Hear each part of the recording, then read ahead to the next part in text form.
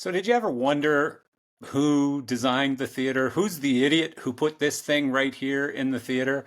And so, in his own words, today's guest is that idiot. He's the one who put that thing in the theater.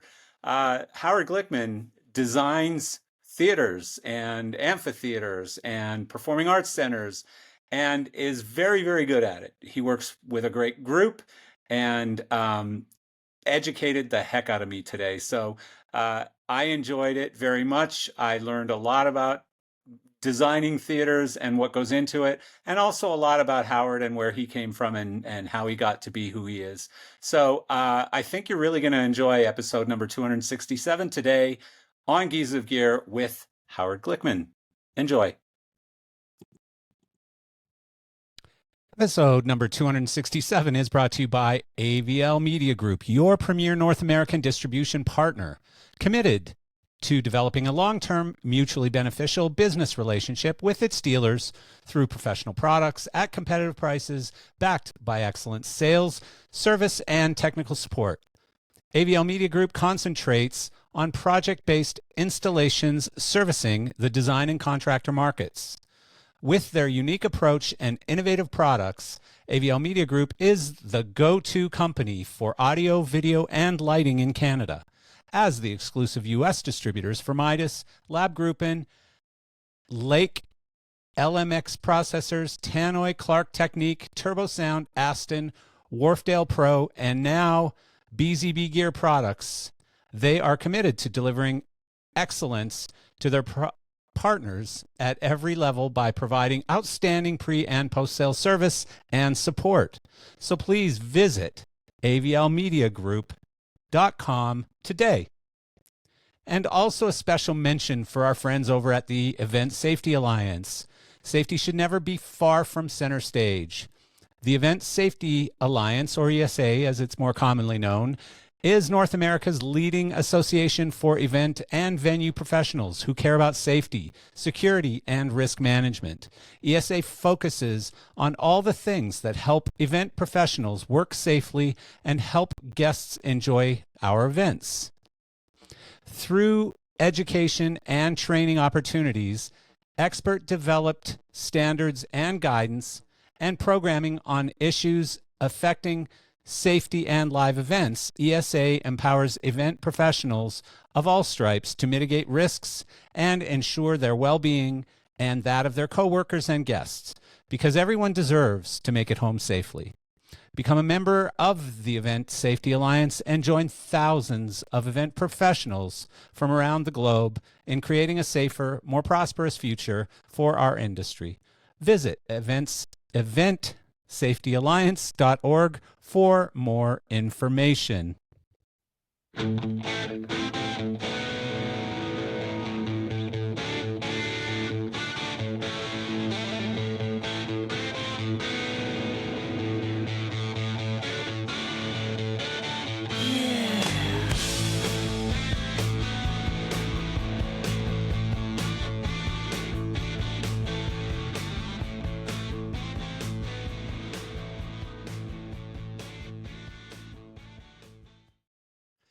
So you know how much I love talking about AI, right? And so this morning, actually, AI kind of bit me in the butt. It kind of reared its ugly head and showed what AI gone wrong might look like. And it actually was directed at me, yours truly. And so what exactly happened? Well, first of all, I will tell you that the first half of this result went pretty correctly and as you might expect, and was actually quite flattering. And then sort of what the heck? What the heck happened after that? And so here's the backstory. My girlfriend decides to go on ChatGPT and figure out who is Marcel. And so I don't know what her exact prompt was, but it was something around, a biography for my name. And what came back was interesting. So first I'll read you the good part, which was flattering and quite nice and pleasant. Marcel Fairbairn is a distinguished entrepreneur and the visionary CEO and founder of GearSource, a global marketplace dedicated to live events gear. With a career spanning over 3 decades, Marcel has established himself as an innovative leader in the industry, particularly within the realm of live music events. His passion for enhancing the live events experience led him to launch GearSource, blah, blah, blah. So about 2/3 of the way down, it says, Marcel is happily married to Anita Mitchell. Interestingly, Anita is not only his partner, but also has notable connections, as she is the widow of Apollo 14 astronaut Edgar Mitchell. Their relationship reflects a blend of personal and historic significance, weaving together the lives of two remarkable individuals. Now this gets really good. Linked by love and shared experiences in the realms of both entrepreneurship and space exploration. Together, they exemplify support and partnership, navigating their respective journeys while cherishing the legacies they both bring to the table. So this is hilarious for a number of reasons. First of all, I am friends with Anita. She's a good friend of mine, and I've been on her podcast, and we've spoken a lot.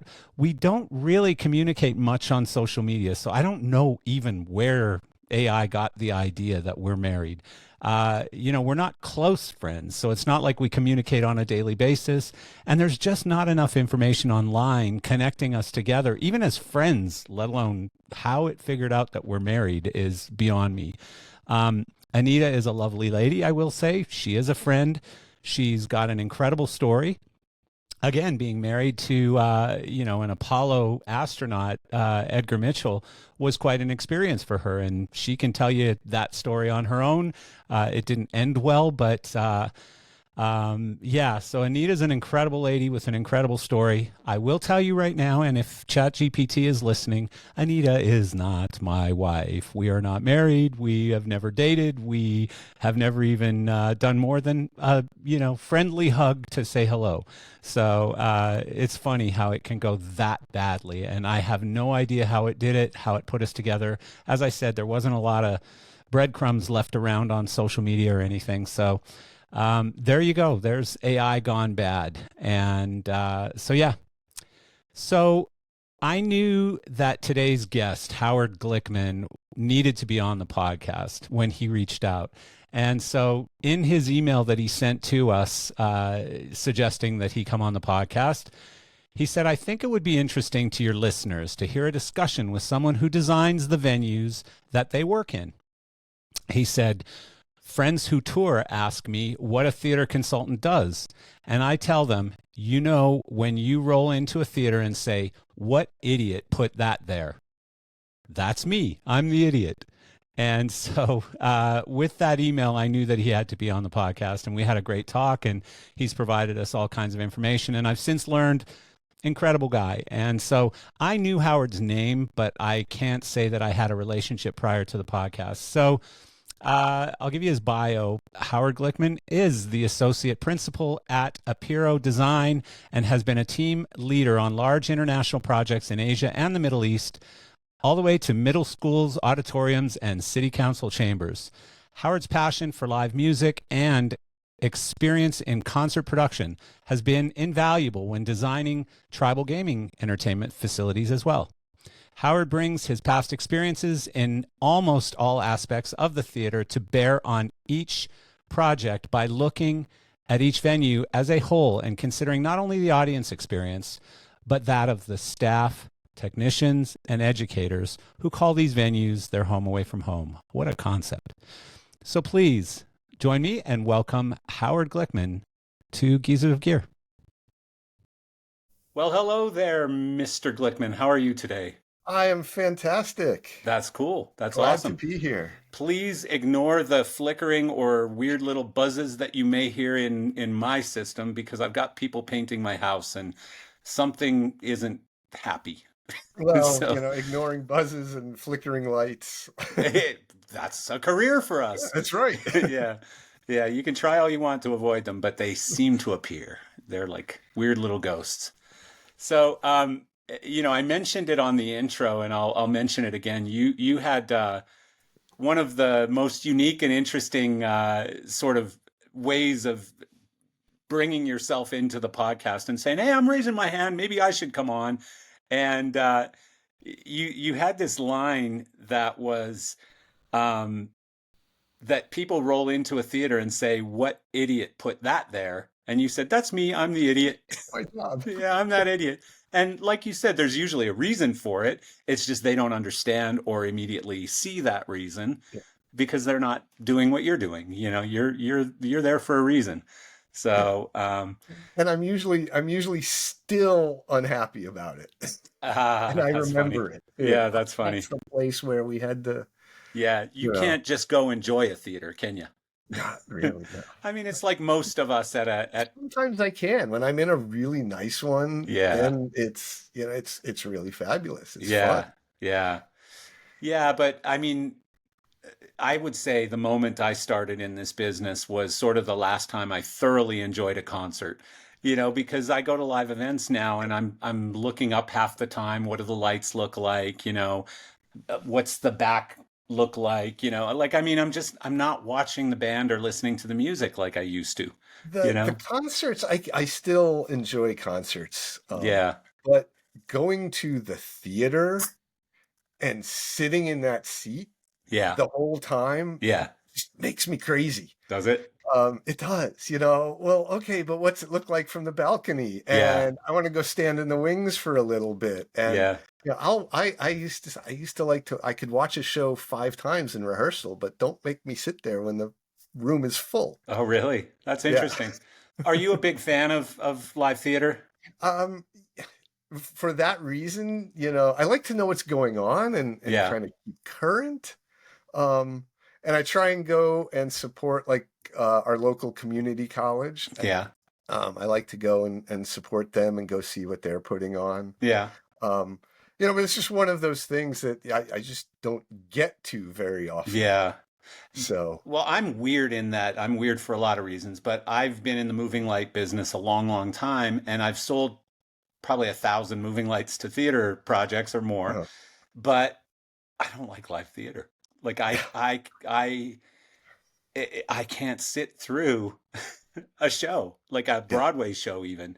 You know, it's and I know that that may make me shallow or stupid or whatever the people want to call me because of that, but it's just not me for some reason. Like I don't like years musicals especially. years ago, my parents would, they were theater goers, and they would always ask me, "Do you want to come see this with us?" No, not really. Yeah. Not on Tuesday night. And Yeah. eventually, my stepmother, she said to me, "How come you never want to come to you're in the theater? How come you never want to come see it with us?" Hmm. And I said, "You're a computer programmer. How come there's no computer in your house?" True. And she Yeah. said, "Well, when I get home, I really don't like to." Oh, Yeah. Yeah. yeah. Yeah, That's no. Well, I mean, it's like my ex-wife used to say to me all the time, you know, you're in the lighting business. Why is our lighting so terrible in our house? And I was like, you know, what do they say? The cobbler the cobbler's has, kids have no shoes. yeah, That's right. Yeah, so it's totally true. Just because you're in the business doesn't mean you're going to have, you know, you're going to have that passion or whatever for your own stuff. No, and my Uh, wife says, "Why haven't you changed out that light fixture that's been here since we bought the house?" And I said, "Because I haven't found the right fixture yet." that's hilarious. I'm similar. But, you know, It's the got to other be thing the is, right, yeah, I know the right fixtures out there. I grew up I wouldn't call myself a passionate musician, but I grew up a musician. I got my first guitar at, I don't know, 8 or 9 years old, and I was in a band when I was about 12, like actually playing real gigs and stuff. And you know, I always had lots of guitars, and I was really inspired by the instruments and stuff. And I went to work for a music store when I was 19, I think, and just started selling off all my guitars, and it wasn't until I was probably in my 40s that I started buying a few again, but I never play them. Like I've got a guitar sitting literally 2 feet away from me right now, and I probably haven't played it in 2 years. And in my house in Florida, I have several guitars, and I never play them. So it's weird. It's almost like the business took away the passion from me to play music. And maybe because I just saw lots of good musicians and realized I wasn't very good, perhaps. I don't know. Maybe. But yeah. So we're going to get into what you're doing now because that's Sure. obviously incredibly interesting, and you're very unique to this podcast in that I've never had a theater designer on the podcast, so I'm pretty excited. I've had theater lighting designers on the Uh-huh. podcast, but not actual theater venue designers. Right. We do the building. Yeah, yeah, exactly. And when you talk about theater as the venue, Uh-huh. am I correct in someone told me this once that when you're talking about theater, the venue, it's spelled RE. There that is one interpretation. Yeah, That a theater is an RE, and that theater with an ER is like a is the theater art. company or the artist. Yeah. I It's No, kind of no like, where truth to does that. green room come from? Yeah, You can yeah, spin it any way you want, yeah, really, whether it's a British thing versus an American thing, yeah, um, yeah, or that I've often explained to clients. Sometimes, we get asked when they're doing the sign, like, do we yeah, want it to be ER or RE? And and what's the difference? And I've used that the building itself is RE, but I said, like, do whatever you like, whatever yeah. feels comfortable for you. I don't think your To patrons are me, gonna it's complain. more of a what's the image you want to project? Yeah. Well, or does it really even make much of a difference Yeah, other than to make people like us talk about it? But right. it's something that's all I've always wondered and I've never asked anyone. So I thought I'd ask you just now. It popped in my Yeah, head. Boom. yeah, Um, so yeah, we're going to get into all of that stuff, but first, if anyone's ever heard the podcast, I like to figure out how people got here. What bad decisions did you make in life that landed you in our industry? And I'm just joking, of course, because I or to love put this it industry. another way, I once had a mentor, who was in charge of hiring for a university, and he would say that when he looked at a resume, he always looked for the left turn. Yeah, that's a great point. Yeah, Actually, it's an interesting thing to remember. yeah. I'm going to How use did that one. what happened? Yeah, what happened? What went So, wrong? actually, it's funny. I had no interest in theater sort of growing up, Hmm. other than once doing some painting on a set because I had a crush on the stage manager at the time in high school. But I went to college intending to study history and political science and be a high school history teacher. Oh. That was my ambition. Um, and then in my freshman year, at my little liberal arts college in Ohio, we had the January term thing where, you can go off and do a project, for a month or not, Hmm. a year or two. And for some reason, I decided I was going to stay on campus and do something. And after about 2 weeks on a empty campus in northeastern Ohio in the winter in January. It was just damp and rainy Hmm. and no one was around. I said, to heck with this, I'm out. Yeah. And I left and I went home and I realized I can't just sit around home for 2 weeks. So my best friend was up in the technical theater program at SUNY Purchase. Okay. So I went up there and I hung out with him and his suite mates and just had a blast for about 2 weeks. Great parties and really cool guys. Yeah. And I went back to school saying, those are really cool people. That was a lot of fun. I wonder what the heck they were talking about all the time. Yeah. Yeah. And so I needed an elective, so I signed up for intro to stage lighting. Oh. Just because I wanted to know what these guys were talking about. Yeah. So next time I hung out with them, I had something to say. Yeah. And I bought the book, the pink one. Yeah. And I said, well, I don't know anything at all about this. So let me read a few chapters ahead. And the next morning, when I'd finished the book, I said, okay, this is the coolest thing I've ever seen. Wow. And I want to do this. And so I took the class and just, completely dived into it. Wow. Um, That's cool. yeah. And so coming out of school, how did that translate into income? or did it? Right, that's right. That's how you do it. Not very well. Yeah, yeah, No, but part of the reason for that is because the minute I got into it, I also knew that once I discovered there was lighting, yeah, I always had been aware of it ever since my first concert. But I immediately, in addition to doing theater, which was what we were learning, I went to every organization on campus to put on concerts and said, I want to do your lights. yeah, Um, and no one had really like been that into that before. So everyone was, really, excited. You want to run the lights in our little disco? When we have live bands, sure, you can do that. And, you want to run the lights for the concerts that we bring in? Sure, you can do that. Um, so, I did that and would light friends' bands that were playing, in the dorm lounges with, 6 park hands and 2 auto transformers. yeah.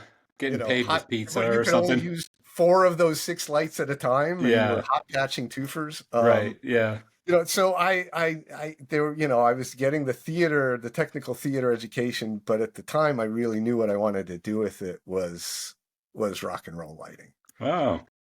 And so when I got out of college, the first job I got was at C Factor. Oh, wow. Did you just live close, or how did? I didn't live that close, but I talked to a few people and said, I want to do concert lighting, and someone, I don't even remember who, said, well, go over to C Factor in Queens. Yeah, And so I did, and I walked in, and I met Terry Thompson, who said, basically, the C Factor interview, we pay $7 an hour with no benefits. Okay. We work 40 hours a week, but usually longer than that until the job is done. yeah, Okay. All right, cool. Go in the back and, ask for Dan and he'll show you around. And, right. okay, cool. Next thing you know, you're in a black t-shirt with an orange logo and There you go. pushing Yeah. orange cases around the warehouse. Yeah. Yeah, Yeah, exactly. it, And it was, it was rough. yeah. Like my first day, they should not have let me stay after my first day. Really? I did not know anything. I dropped an MSL rolling it down the ramp, Oh the no. big giant, narrow speakers, and hit the Yes. bottom of that truck ramp and just boom, Ooh. right over on it. And then, of course, I rolled it into the shop and just kind of put it back with all the others. Yeah. Not saying this is the one that I dropped coming off Nobody the truck. heard the big crash. Oops, And then, someone told me to go test out a bar of ray lights. And I'd never seen a bar of ray lights before. So I just grabbed the cable to plug into the hot socket. And fortunately, I grabbed a bad cable out of the bin of cable from someone who had miswired a whole batch of cable. Oh no. So I didn't blow up each of these ray lights by putting 120 volts Right. into them, but I would have if I Yeah. had not grabbed the wrong piece of Oh cable. my So, goodness. there was a lot to learn there. Yeah. Well, you know what though? Everybody's green their first day. I Oh mean, yeah. everyone is. Like it's just how it starts, you know? And everyone's got funny stories about that period Oh yeah. My of first time. day, the first day they brought me to Radio City and someone handed me a fan, for the foggers and said, go get this plugged in. Hmm. So I walked away and turned to one of the house guys and said, hey, where do I plug this in? And he just looked at me and said, you don't plug that in anywhere. Oh, interesting. And I said, oh, okay. He said, he said, are you the newest guy on this crew? And I said, yes. And he said, okay. Yeah. But he was actually really kind because he could have just completely, Aren't most destroyed people me. though? But Like, aren't most people in that situation? Because everyone has new they people kind of coming are. into a crew at Yeah. any given moment, right? But meanwhile, word got around that, I'd actually asked somebody where I could plug in the fan, and I got teased pretty good about that. That's But really funny. That's yeah. great. So, how long before you met the big man, Bob C? Oh, it would have had to have been pretty quick. Yeah. He would have come down from the third floor and, Who's grumbled that? at Who's everybody. that? Who are you? Why are you in Oh my yeah, shop? that's right. What are Yeah. you doing here? What are you doing in my shop? Are you the guy that dropped that speaker off the dock? Thank God it wasn't that. Yeah. But Yeah. yeah, no, it was a great experience. You know, especially being a first job out of college, wanting Yeah. to get into rock and roll. I needed it because it kicked the college out of me, That's a is great what it did. that's a great way You of know, saying it. You it didn't go home the first day crying yourself to sleep or anything? I didn't go crying myself to sleep, no, but I knew I was in for an education, you Yeah, you were know. in deep. I was Yeah. definitely in, Did you you ever think know, about turning back? no, not really. No? Um, but you know what it did, I mean, but what I did learn from it, in addition to all the stuff that I learned, which was great, and people that, you know, I still know to this day, um, was, at the time at least, was that even though I really wanted to do it, it was not the path for me, because just sort of the way I brought up and the circumstances of my life just led me to feel like I needed a job. Yeah. I needed a weekly paycheck and some health insurance, and I the idea of having to look for a new job every 6 months Yeah. when the tour ended, or, you know, I didn't have that in me. Yeah. I I get didn't have the schmoozing skills at the time. So I knew that even though that was something I really wanted, it wasn't right for me. it's funny And that was because like also, you know, that's a good thing to learn, yeah. is when something is not right, Well, to move on. also you bring up a good point because in the touring world or as a freelancer, basically, you're selling yourself Yeah, multiple times a year sometimes saying, here's why I'm the one that you should pick to do this job. So, everything has a beginning and an end, and you got to go out and resell after that end again. And versus having a job where you yeah, apply once, you do a good job, and you could be there for years and years. yeah. So, And that's, you know, and that's a really, you know, that is an important skill, and it's a skill that I did not have coming out of college. yeah, yeah. It's You know, funny. college teaches you a lot of things, but Yeah. how to get a job doesn't really doesn't really do that. Of course, it didn't take me long to get to racing, but we talked a little bit prior to starting to record, and you were a NASCAR fan and loved going to NASCAR races.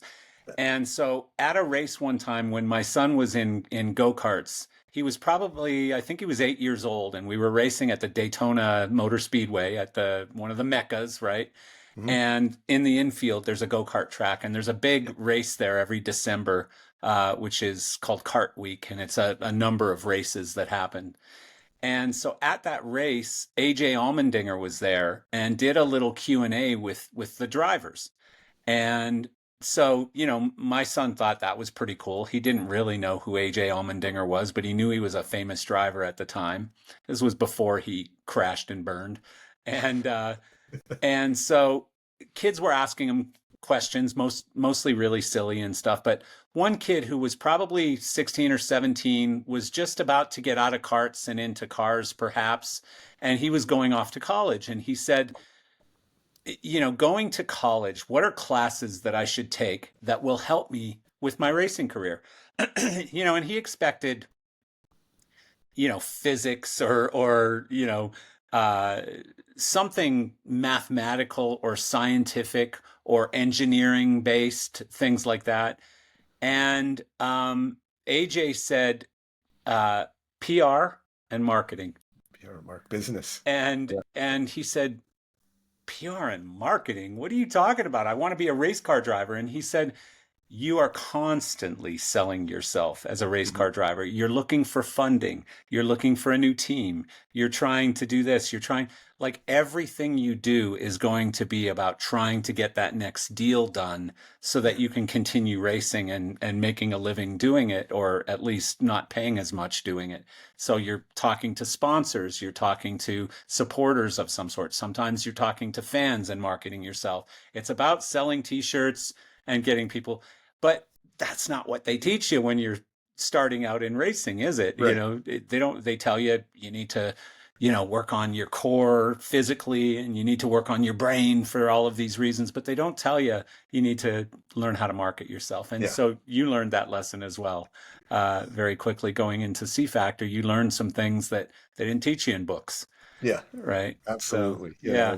And just thinking about, and lessons that I still apply these days that make me kind of, I think, effective at what I do. Hmm. Things like, I said beating the college out of me, right? Things like, hey, we need to lift this heavy thing up onto the mezzanine. And I would, well, I saw a block and fall over in a corner there. If we rig that up to that beam, we can use the mechanical advantage. Meanwhile, someone else is saying, I need 4 guys over here. 1, 2, 3, 4, lift. Yeah. Oh, that's a That good way works. to do it too. Yeah. That's hilarious. I could spend 45 minutes making the job easier, or we could just get a bunch of guys and get it done. Yeah. And Very true. there's a time and a place for both. Yeah. And when we're designing theaters, to sort of bring this back around, right? When we're designing theaters, these days, a lot of the, I mean, maybe not tension, but a lot of the discussions center around automating things. Hmm. And, there's a real desire to automate things Hmm. because, one thing it does is it shows how, forward thinking you are and what a good designer and how clever you are. But I always stop and say, are we automating it because we can, or are we automating it because we should? Such a good point. Because, we can make the floor tip up and the seats roll underneath, and then you get a flat floor and it costs $500,000 and it's really cool. Or do we have 4 guys who stack these chairs and put them in the closet? Yeah. And Well, there's a time and a place for both, but yeah. knowing the difference, I think, is really important. So I'll give you another spin on that. Like in my own business, I'm constantly talking about AI on this podcast, and I use AI in some aspects of our business. But one of the things I learned very early on is don't let AI get in the way of your relationship with people. The relationship in our industry is the foundation of business, like those relationships. And so, if you think a little outside the box, automating things at a place like McDonald's, where they've taken the cashier out of the picture and you're ordering on a screen, I guess. I haven't been in a McDonald's in a long time, but I've read articles about how they're doing it now. And It's really the weird. so as much as that's extremely efficient, how is that promoting McDonald's? Like, how about having really great staff who are talking with you? And I mean, they forgot about doing that kind of stuff a long time ago. They're just grumpy staff who are working for less money than they want to be and all of that kind of stuff. But how about having staff who can communicate with you that this is a better choice or that's a better choice or whatever? In McDonald's, they're probably all bad choices, but Uh, you know what I'm saying? yeah. Like that last sort of touch with the customer, I think should never be automated. Like I just don't think. It's interesting because one of the things to sort of is that I think back to, remember once upon a time we had automats. Mm, And yeah, that was, that was a big deal in its day. yeah, We came around, maybe there was still a couple around yeah, and it was a novelty, but there was a time when that was, the way to go. yeah, That was the height of, modernism. yeah, And so for those who don't know, an automat back in the 30s and the 40s, there would be a wall of little boxes, kind of looked like your mailroom in college, maybe. And you would put coins in and open it up and pull out a piece of pie or a sandwich or an apple, maybe a precursor to the vending machine, I guess, yeah, in a yeah. way. But, Well, that's they probably were exactly what constantly it was. refilling it with all different hot foods. And it was kind of a buffet that you would drop a coin into each thing that you wanted and pull it out. And Yeah, so you never had an interaction with a person there either. yeah, yeah. Um, Well, I mean, so Maybe many that's of those why the things. automats went away, Yeah, was, that lack of interaction. And yeah. eventually people But got like over it. I remember seeing this is totally unrelated, but sort of related. I remember seeing Bon Jovi on Howard Stern one time. and they were talking about modern times versus the old days. And one of the things that John Bon Jovi said was, um, "My kids will never have that kinetic feeling of picking up an album and, looking at all parts of the album and all the images and the song titles and all of this stuff and not knowing what any of those songs sound like except the one hit that's on the radio or whatever." And like for me, it was exactly the same. In Canada, there was a chain of record stores, at least in Calgary, called Kelly's Records. Mhm. And I remember going to Kelly's Records on a Saturday and spending the whole day there or half a day there, just thumbing through albums and going, "Whoa, this one's cool. I got to get this one." And I'd spend my allowance and buy one or two records that day. And so, yeah, when you talk about what to automate and automation just for the purpose of automation, or automation because that makes sense. And I believe in my own business, anyways, that you should automate the things that do not lead to relationships and do not expand your service to the customer or whatever. Like automate the really boring work and focus your staff on the important work. And so, yeah, anyways, so from C Factor, you went to, I believe, no, not PRG. No, I did a stop at a community college in Brooklyn, Okay. Kingsborough Community College, which is a beautiful location out by Coney Island. We had our own beach and a Nice. marina, and so Yet and people still some learn stuff. yeah, they do. And we had some really cool facilities, and because of the location, we had a lot of variety in what we did there because we were within New York City, but we were way, way out on the shore. Yeah. So, and we had this big theater that didn't get a lot of use. So we got a lot of, theater tours that were going to go out on tour and they would rehearse in our space because they didn't have to pay per diem because they were in New York City, but there was Ah, nowhere for anyone to go or wander off. I see. um, or things for the mayor's office or the police department, because we were kind of isolated, I see. Yeah. but had these great facilities. Hmm. When they would debut a new police car, we'd roll it onto our stage, and they would have brass from all over the place, Cool. come and do it. So So what did you do there? You were, I started out running their television studio, and kind of turning that from from what it had been into a more modern facility. Keeping in mind this was in the early to mid '90s, yeah. but actually being now the person responsible for this room and building some sets and maintaining the equipment and setting it up like a real studio. Yeah. So I did that for a while, and then I sort of transitioned into a position. They sort of cut the theater programs a lot, but we still had these facilities and all these other programs that used them. So we created a department that we called the Event Services and Planning Department, which I came up with because I said we needed ESP to know what people actually wanted at their meetings and events. Ah, interesting. Um, Yeah. but there was a lot of event planning in it, for conference. We had a conference center and things like that, but also running the theaters, and we still had a children's theater festival that would come in once a month, and college events and the rental events. But also I got to work with the facilities departments, and even like I once had to run the shipping and receiving for a month because the guy who was there had a heart attack, and they just needed someone who they trusted to go in and keep that operation running. Yeah.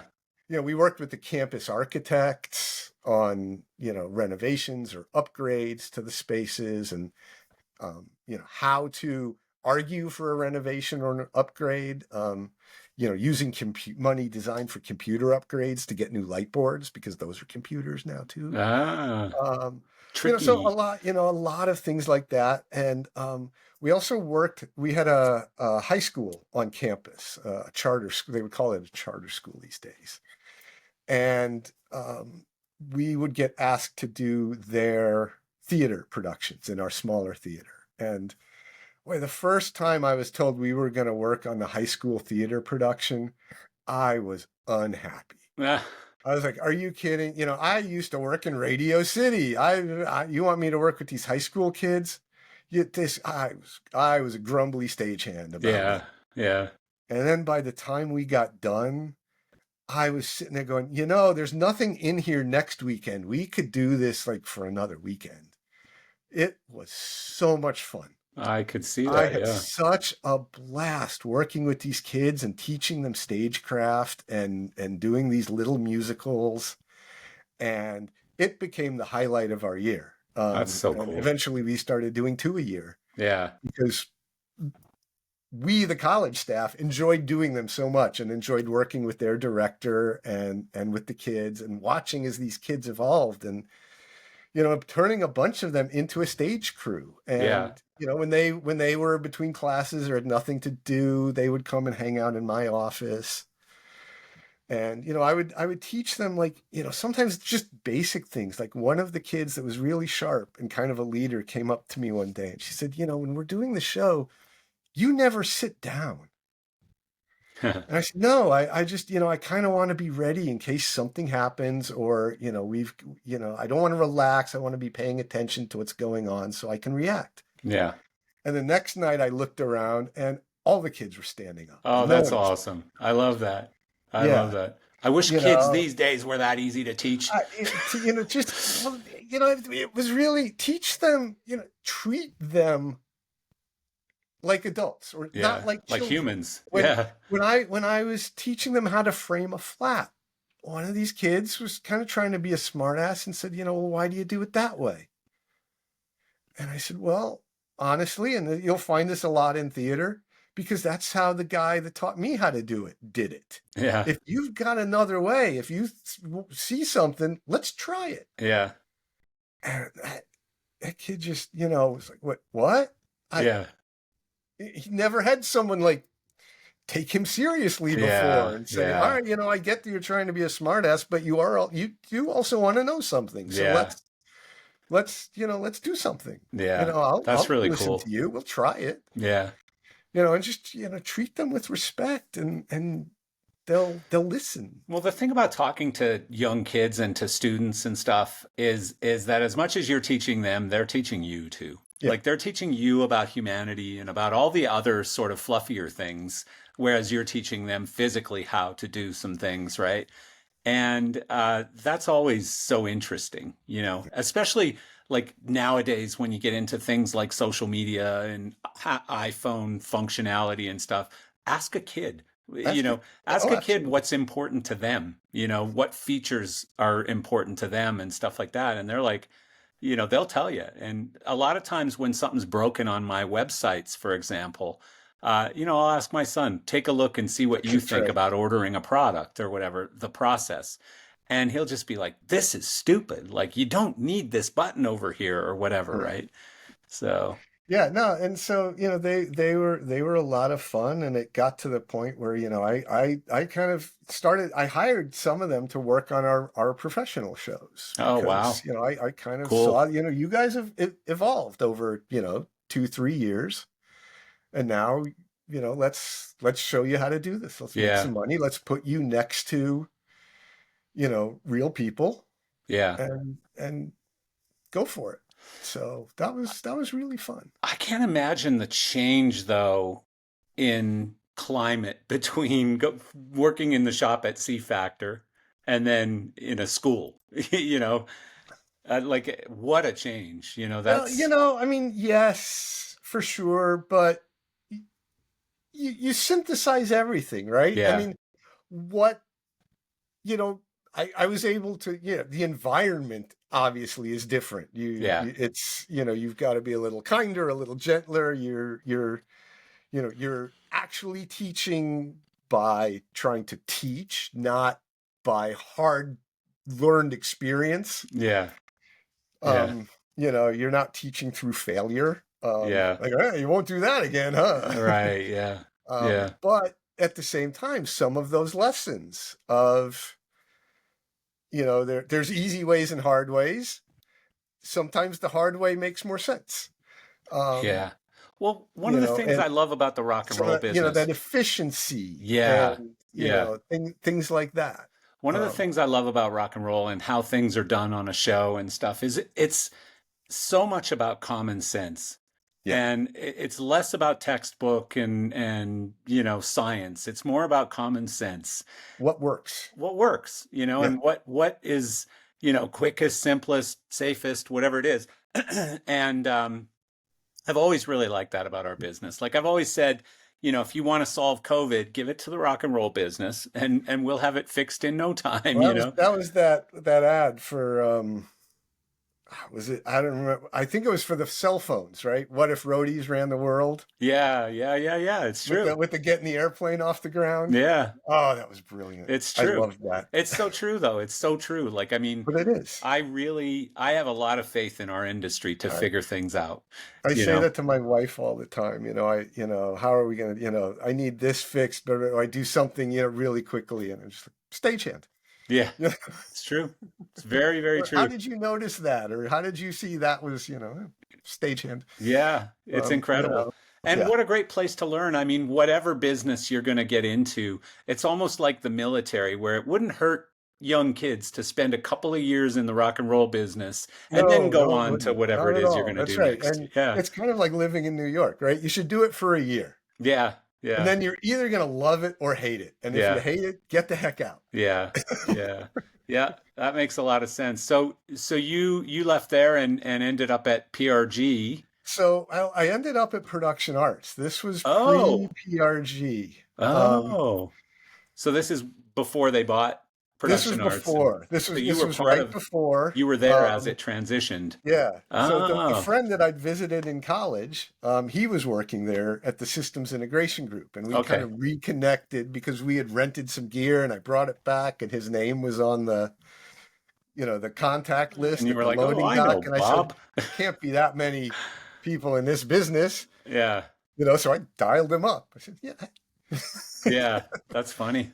And so, and I said, and I reached a point at Kingsborough where like I realized like I either had to leave right now or I was going to be there forever Mm. because it was a cushy job. Yeah. It was a union job, and we had these theaters and we knew what we were doing every day, and it was really like if I don't get out now, I'm going to become too comfortable. Yeah.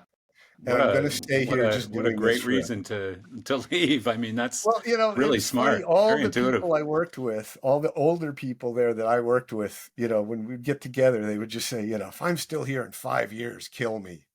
And Really? and after I listened to that for about 6 years, I said, I gotta go Yeah. Well, because and you're all still here. that's not because it's a bad job. It's Oh because it's a no, good job. it was a good job. There Yeah. was just like there was no, It's a bit there wasn't. lifeless. It was it and the stuff we were doing was good and it was all Yeah. enjoyable, but it was Yeah. like I need to go do more or Yeah. something else. Otherwise, this is going to be it. Yeah, yeah. I completely get that. Like I've made similar decisions in Yeah, my life. So not exactly the same, but similar and for the very same reasons, yeah. you know? And so, systems integration was there, and I really didn't know what it was. I was just told you'd be good at this. You have the skills. Yeah, You can do this. This would that's be cool. cool. And so it was the Production Arts Systems Integration Group. It was, Steve Terry and Mike Lay The and top of the all food Bill chain when it came Havens, to, and I mean, just doing the best work out oh, there, unbelievable. Yeah. and running into the most fascinating problems. Yeah. Like the house light system at O that caused Strand to redesign their central processor in like, a month. Really? Oh, it was, yeah, I never heard that one. yeah. But so, and I ended up being the project manager for all of our projects in Times Square around the millennium. Ah, So the Times Square studios, the NASDAQ market site, the ESPN zone, which is no longer there, Madame Tussauds. And I had this knack box that basically I rolled down Broadway, from job to job. huh. And you know, they were fascinating. I mean, boy, that I learned so much on. Like from day one, when I was told to, you know, review some plans, and I grabbed the green pen and started to mark it up. Oh no, you have to use red. Yeah. You Yeah. know, but you know, that was that. I mean, those were great people and great mentors. You know, I mean, you're working with Steve Terry, the guy that, you know, I mean, DMX, Yeah. right? You Yeah. know, computerized lighting boards. Well, and he's surrounded by such a team at that Yeah, time. Like that company was the gold standard, yeah. absolutely, of, that business. I mean, they were just as good as it got. And you could tell just by walking through the building, you could tell by walking through the shop, like it was immaculate, It was. everything. Oh, it was wonderful. Yeah, Yeah, it it was, was great people. yeah, We it were was doing cool. great work. Yeah. You know, I remember one day though, boy, I messed up the feed to a dimmer bank, Yeah. and we had to have new lugs overnighted from Germany over the weekend. Ouch. And I'm looking at it, and I showed it to Steve. And I said, Steve, you know, like, how did I screw this up? And he's looking at it and he's like, no, no, we were right. This is no. Uh, Oh, I see. If you look over here, and I'm like, okay, you didn't see it either. And until you were told that there was a problem to find in there, I was like, okay, I'm cool. Yeah. You know, I Yeah. feel way better now. If you didn't see Yeah. it, Well, and you're not like over speaking on Steve Terry. Like that guy was the god oh of yeah. that No, type I of mean that's work. that's I what made mean, me feel okay about my yeah. mistake because it was so buried and so obscure, Yeah. you know, that the best guy out there didn't see it either. So What's Steve do now? Like he's not still at ETC, is he? he is still at Oh, is he ETC. really? Yeah. Oh, I Yeah, didn't know in sort that. of an advisory role. I Ah, see him kind of once a year. He comes and talks to us and says, "What do you want to see? What, yeah. you know, what do you see happening out there?" Interesting. Yeah. Oh, You I know, and didn't so I it's didn't know great he to was catch. still there. I haven't seen Steve in I don't know, probably 15 years or Yeah. something at this point. I haven't seen him in a long time. So he doesn't really go to the trade shows anymore, I don't think. You know, once in a while he may come in for a day, I Yeah. think, you know, Yeah. but he's definitely not walking the floor or Yeah. there in the booth for, you know, Yeah. for 3 or 4 days. Yeah. Yeah, Yeah. I had Lori on a couple of I don't know a month ago or something, and we talked off the air a little bit about just my appreciation for her husband John McGraw and for Uh-huh. Steve Terry and for just what production arts was. And honestly, like this is That whole generation. no slight against PRG because what Jerry did and when he did it and how he built that massive company and everything is incredibly impressive. It But is. they bought the most iconic company in integration ever and pretty much disappeared it. Well, you know, I you know, think, and all right, this is strictly opinion. mine as This does well. not represent the views of anybody Yeah, else. yeah, You know, the way I saw it was, you know, you merged like three people that had been at each other's throats for true, 20 years. What did true. you think was going to happen? Yeah, true. That's a good You point. know, and so, you know, Yeah, it's not going to sound good, but you know, Steve was always the guy that came out on top, right? yeah, Production arts, just yeah, production arts. And yeah, so, you know, the other guys came in, you know, Marty and you know, they were like, well, you know, it's a low margin business. yeah, You know, it's a very low margin portion of the business. It's a loss leader, basically. yeah, You know, so we're gonna push it out, and combined with the bean counters and you know, the venture capital that Jerry was yeah, using, yeah, you know, it was, I guess, you know, 10 years after I left, I read a really in-depth article with Jerry where he laid out what he did, yeah, but you know what his thought process was behind it, yeah, and what his steps and strategies were. And I read it and I thought, wow, if it had been explained to us like that yeah, back then, we would have all bought in because yeah, this is absolutely right. yeah, You know, you were absolutely right. But you know, there was a disconnect, I think, between the idea and the people who would have, who were working on the front lines of it. Well, first of all, it was the first time it had been done in our industry. Yeah, A roll up of that size at yeah, that level, at the very top of the industry. Like he was buying the top touring companies, the yeah, top, integration companies. And so it was the first time it had been done. Nobody knew what to expect, really. There yeah. weren't a lot of advisors and outside people brought in to say, hey, here's some of the problems you could encounter when you put Mhm. these companies together. And so when they put them together, I think there were sort of some hard problems, like rigid problems, and then there were some soft problems, which were more human Yeah, related. And part of that was just the combining of lots of egos, lots of really successful people who had done what they'd done a certain way for a very long time and were now being told, oh, now you got to do it this way, or maybe this would be a better idea, or whatever. So, like, I happened to be a very close supplier to PRG at the time uh-huh. and had some very good relationships in all of those companies and with Jerry as well. And so I would talk with Jerry, I would talk with Marty, I would talk with, Nick Jackson, I would talk with Steve Terry, all of Yeah, the people. And so I'd hear all of the either bickering or positivity mhm. or Yeah. negativity or whatever.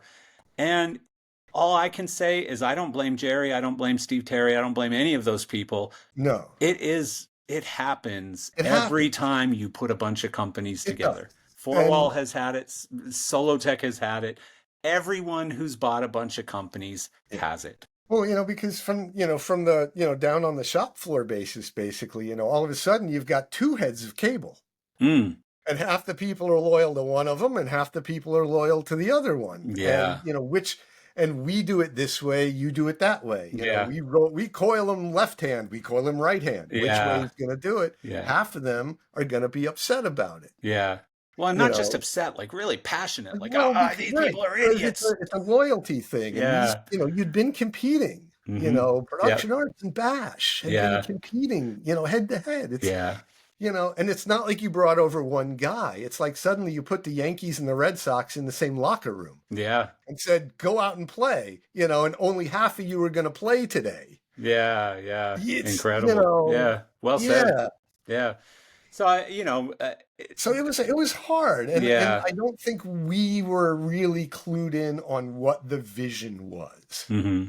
And I don't know if on the shop floor, with the cable guys, it would have mattered, but certainly like in the systems group, if it had been explained to us, Yeah.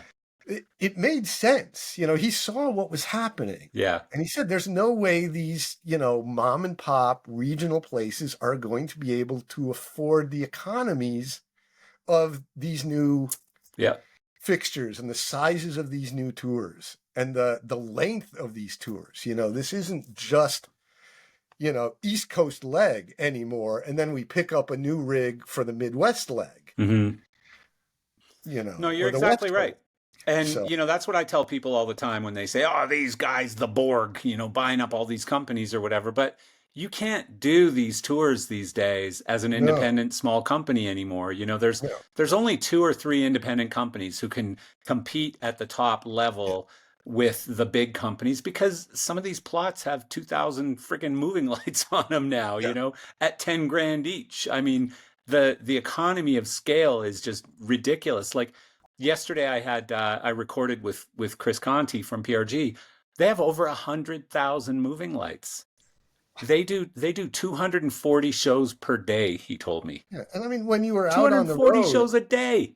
if the par can broke, all right, you go out on the dock, you fix the par can. Mm, If the moving light breaks, yeah, whole different thing. that's going back to the shop, or it's Yeah, just now it's a dead unit that's yeah, sitting in the back of the yeah, truck. yeah, You yeah, gotta be able to, drop that off here, pick up a new one, and keep going. You yeah, couldn't do that when you were a one shop based down in New Jersey, yeah. and this guy's got a problem in Colorado. Well, but I'll tell you what, like, what I never want this podcast to do is to deter people or to depress people from doing what they're doing today. So if you're a No, $5 no, no. million rental company, the only thing I would suggest is perhaps stay in your lane a little bit. Like, Yeah, don't go after a national tour. Don't, because next thing you know, you're convincing yourself to buy 1,000 video panels or, How are you going to do it? 250 moving lights that are never gonna equate Yeah. to profitability and success in your business. Well, You're and just going to that's, be in debt forever. and there was a time, right? You bought the par cans, you rented them for a while, they paid for themselves. Now Yeah. you're renting them and you're making profit. A moving light Yeah. has the light is going to last longer than its usefulness That's a very good as a point as tool. well. Yeah, no, you're exactly right. Well, and the Because problem in is, 3 years, 2 years, everyone's going to want the new thing. correct. Howard, you, And you hit the nail it on the didn't head used there. to be that way. And, and that's drifted down now into even conventional fixtures, Yeah. which is, one of the worst things for us as theater consultants, because we have such a long life cycle on our projects Yeah. that, we spec it today and it's something new now, 3 years, 4 years when it's time to ship it. Ooh, geez. That's That's, challenging. Even if I could, consoles, right, control like, systems. stop making new lights. Yeah, that's not going to happen. I promise you that, Howard. There's It's not a going to lot of things I happen, can but tell you. I you might agree know, with you, but I've talked with a lot of manufacturers, and it's interesting. They all say, God, I would really love to not have to put out a new light every 9 months, but they're doing it and they're doing it. yeah, But you go talk to them, and it's like, yeah, I'd really like to not have to come out with new stuff all the time, but they're doing it and they're doing it. yeah. Well, it's that, but So it's also that I think like our industry has changed so much, and part of that is LEDs. Part of it is just the general cost of fixtures well, has it is, gone to a point where yeah, you never actually get to fully capitalize on, like in rental companies. If I pay right, $10,000 for a moving light, basically the math doesn't allow me to collect back that $10,000 plus a profit. So now I have to pick a point down the road when I'm going to resell that fixture and not get my entire cost back and then hope that the resale of it gets me a profit on that right, entire investment, gets me a yeah. return. I It's look at so it much harder now than it used I to look be. at it from the end user point. Mm. The guys in the college theater or that repertory theater that we're designing, and we're giving them their inventory of lights, Hmm.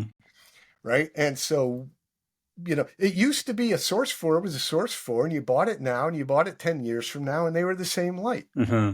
right? We came from an era where you had an inventory of you had some 360 Qs, you had some strand axial mounts, some Hmm. strand burn base up mounts, and you said, all right, well, for the side light, I need to use these, and for this special, I need the really good light. Yeah. And then all of a sudden, you just had an inventory, not all of a sudden, but then we got to a nice period where you just had an inventory of all good fixtures. Yeah. And if you got some money and you needed more, you bought more and you just put them in your inventory. And it was no Yeah. longer, those are the new ones, those are the old ones. Yeah.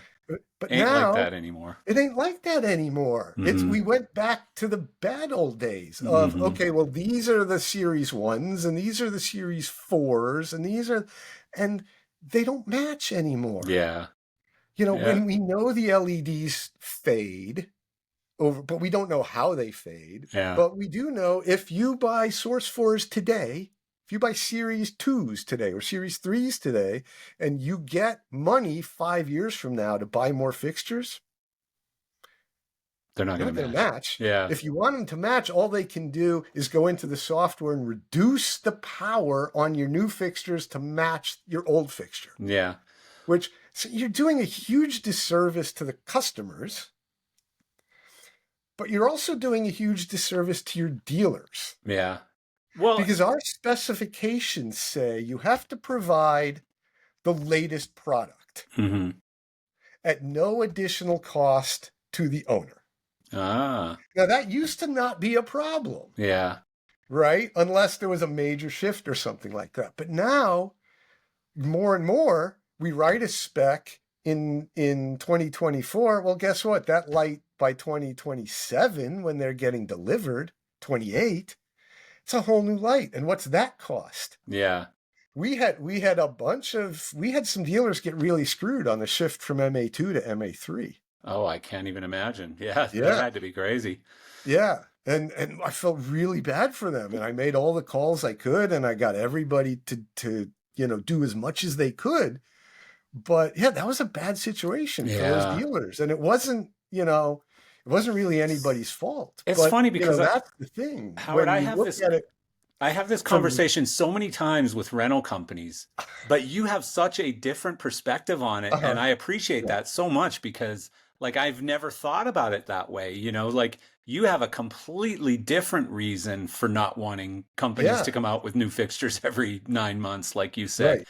The problem that I see from the manufacturing side, yes, there's all that keeping up with the Joneses stuff, but there's also like the economy within those manufacturers is very challenging in that you can either go wider and find more markets, more customers, more whatever, or you can kind of go vertically and just sell more into the same markets. Yeah, And the problem is we reach saturation points on these fixtures so quickly because there's so many options out there. And yeah, so like whereas Production Arts in their rental stock only had Cyberlights. They didn't have Cyberlights and Golden Scans and Robo Scans and this scan and that scan. They only had Cyberlights, all right? extends. Yeah, and so they could have a whole bunch of Cyberlights and it didn't matter. But when you have to have 24 of each manufacturer, it becomes much more of a problem. Yeah, And so you hit a saturation point very quickly. And so those manufacturers, the only way for them to hit, because what we know is a lot of companies have lots of private equity or public companies or whatever, and they live on growth. You have to, yeah, your you investors, have to your grow. your shareholders expect 7%, 9% year over year growth. And if you're not doing it, the CEO is going to be fired, and it's going to become really problematic. So I don't know. I don't know how we're going to fix this Yeah, problem. I I just don't don't know know. either. But I mean, I like, don't know. and it goes back to like, I, it's getting a little better now, but like for the last 5 years, we were having, stuff show up. You got fixtures with two different cables. Ugh. We had, we had, you know, true one, some were true one and, some weren't. And Yeah. so, Have, and some it was like, oh, well, now we're subbing that fixture for something that is now true one. Now you got to go back and look at the whole cable oh, inventory Jesus. and Yeah. figure out, oh, geez, now I've got to split this up. Uh, And those cables are more expensive, but how many of which each do I need? what a pain in the butt. It was Have a you had, nightmare. with LEDs, have you also had binning problems when it comes to timing? Like the binning, the color of the LEDs? Not that I've had, Yeah. by the time those fixtures are on site and Yeah. being used, by and large, that's not my problem Yeah. anymore. Yeah. I If you've get it. got a whole Yeah. You're batch not going to hear problem or back about that. something, you'll Yeah. call us up and we'll intervene with the factory Well, on because your generally behalf. the lower the Yeah, cost of the fixtures, the lower that binning is, and right. and so they aren't able to match like one that you buy today with one that you buy a year from now in a very tight tolerance. It's Yeah, usually a much wider gap in tolerance. So if you put some year-old ones up with some brand new ones, you're going to go, something's off, and I'm not sure what, yeah. you Well, I know? think you're going to get that with almost everything. Well, you Um, don't if like for example, ETC I'm sure uses very tight tolerance on their binning. Most of the major manufacturers, that's not an issue anymore. But I come from the olden days when that yeah, has been an issue a lot over time. But the other thing I guess is to work with manufacturers directly and say, I'm going to put a source for LED on here. I'm not going to put what version it is. It's going to say latest version. We're going to put a budgetary number on there that you're going to agree to. And if the dealer needs to be yeah, compensated, it's from you, not from the end customer. right. So Yeah, we can try and work that language in there. The tricky part is, we need to be fairly specific about what the fixture is, because if yeah, we want a source for, we need to list some of those features of a source for that right. separate it from another manufacturer, Interesting. Yeah. whoever that may be, Yeah. right? So to just say source for, then you get into, well, we can now sub a source for Series V or Series 5. I Yeah. don't remember which. Yeah. V5, whatever, Same thing. you know, for the Source 4 Series 3. Like, well, no, you can't. Right. There, you know, you've got to have something in there that says it's got to be 7 color. It's got to have lime. It's got to Yeah. have, Oh you boy. know, otherwise the dealer, not all dealers, Yeah. some dealers are going to see that as an opportunity to sell you a cheaper fixture and, you Make more know, money. make more profit. Yeah. Yeah. I get it. So today you are now, what's your current role? And let's talk about that because I want to get it. We're talking about theater design We're already, but talking about all kinds of good I stuff. want to Well, get into it. that's the beauty Well, you were a is, rep for a while too, right? You you know, you I went was over to a the rep dark for a side. little while. I did that. I wanted to move to California after building all those things in Times Square at Yeah. the turn of the millennium. I kind of needed to get away from IBEW a little bit. Yeah. Well, actually, sorry. Let me ask you one question because Yeah. you mentioned the millennium.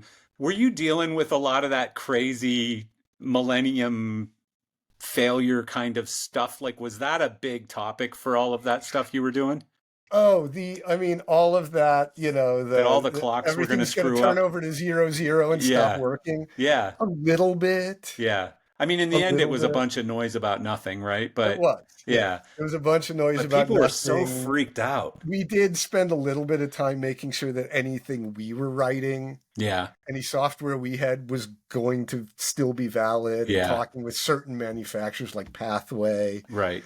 We were using a lot of Pathway stuff for Hmm. DMX distribution back Yeah. then. You and everyone else. Yeah, big frame cards. Yeah. Yeah. You know, making sure that their stuff was still going to work, but Yeah. we weren't going crazy about it. Yeah. Yeah. Yeah. So you got into you switched sides again. Like So this I is switched amazing because over. you start in rock and roll and then you go to a school where you're the planning technical director. Yeah. Then you go to production arts where you're in systems integration, and then you become a rep. And then you You go know, to design. I became a rep. I became a rep because Musson had just hired a guy when I showed up looking for a job. And I I was see. like, Yeah. oh, darn. Yeah.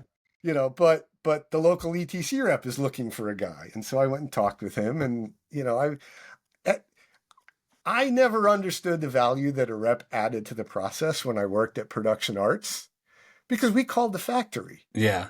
You know, we didn't really deal with reps that much. And so, you know, well, it seemed like it was going to be an easy job out in, you know, Berkeley, California, which is where I wanted to move to. Hmm. Do this for 2 years, chill out, you know, take it easy out here in California. You know, maybe I'll figure out what a rep adds to the value. That's good knowledge to have, Yeah. experience to have. If you ever figure Um, that out, let me know, will you? I'll let you know. Yeah. No, I do. I Yeah. did learn that, and I learned a lot of that actually afterwards. You know, realizing, kind of getting a better sense of what I had been watching over there. I see. Yeah. You know, and I went to work for Mike Wonder of Wonder Lighting Controls. He worked for a different company. He worked for a architecture lighting rep agency at the Yep. time, and I went to work for him there. And you know, he asked me during my interview, you're not going to work for me for like 2 years and then go to Auerbach, are you? And I said, absolutely not. Huh. You know, I had no intention of doing that. I'd interviewed with them. They were looking for AV guys. That wasn't me. So Yeah. absolutely not. And well, I stayed with them for 3 years. Yeah. So I was good. I was good to my word. Yeah.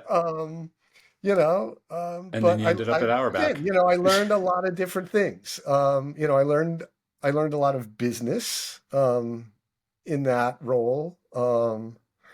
That was really good to know. You know, customer service. Yeah. You know, a little bit of sales. You know, so I learned some good things there and met some good people. But Yeah. you know, the nice cushy job for 2 years had kind of turned into 3 years, and I was like, all right, I want to kind of work again. Yeah. Yeah. You know, so I quit, and I was jobbing in at the Berkeley rep and having a good time doing that, but making plans to head back to New York. And then at the time was Auerbach Pollock Friedlander called me and said, you know, we hear you're looking, come on in and talk to us. And you know, I went and talked to them, and they offered me a job, and I was like, okay, well, I'm staying in California now because this is, again, you know, this is the pinnacle. Yeah.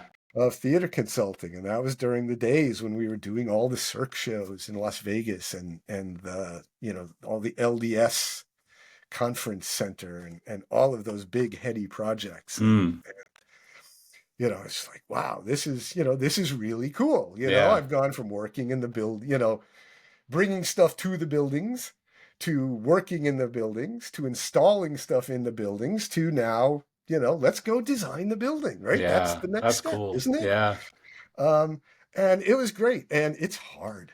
Yeah. I I can like only imagine.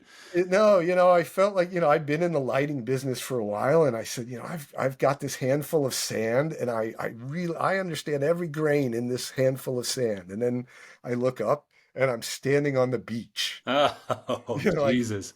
wow, there is a lot to learn here.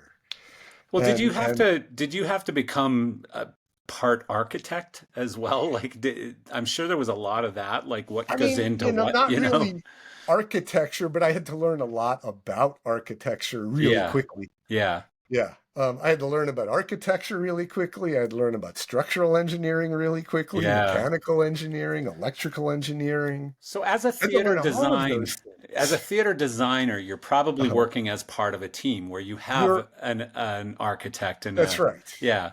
That's right. So sometimes we start very early, like with a client who says, we want to build a theater and we need to study the feasibility and we need to get an idea of what we need. And we'll start that early with them. Hmm.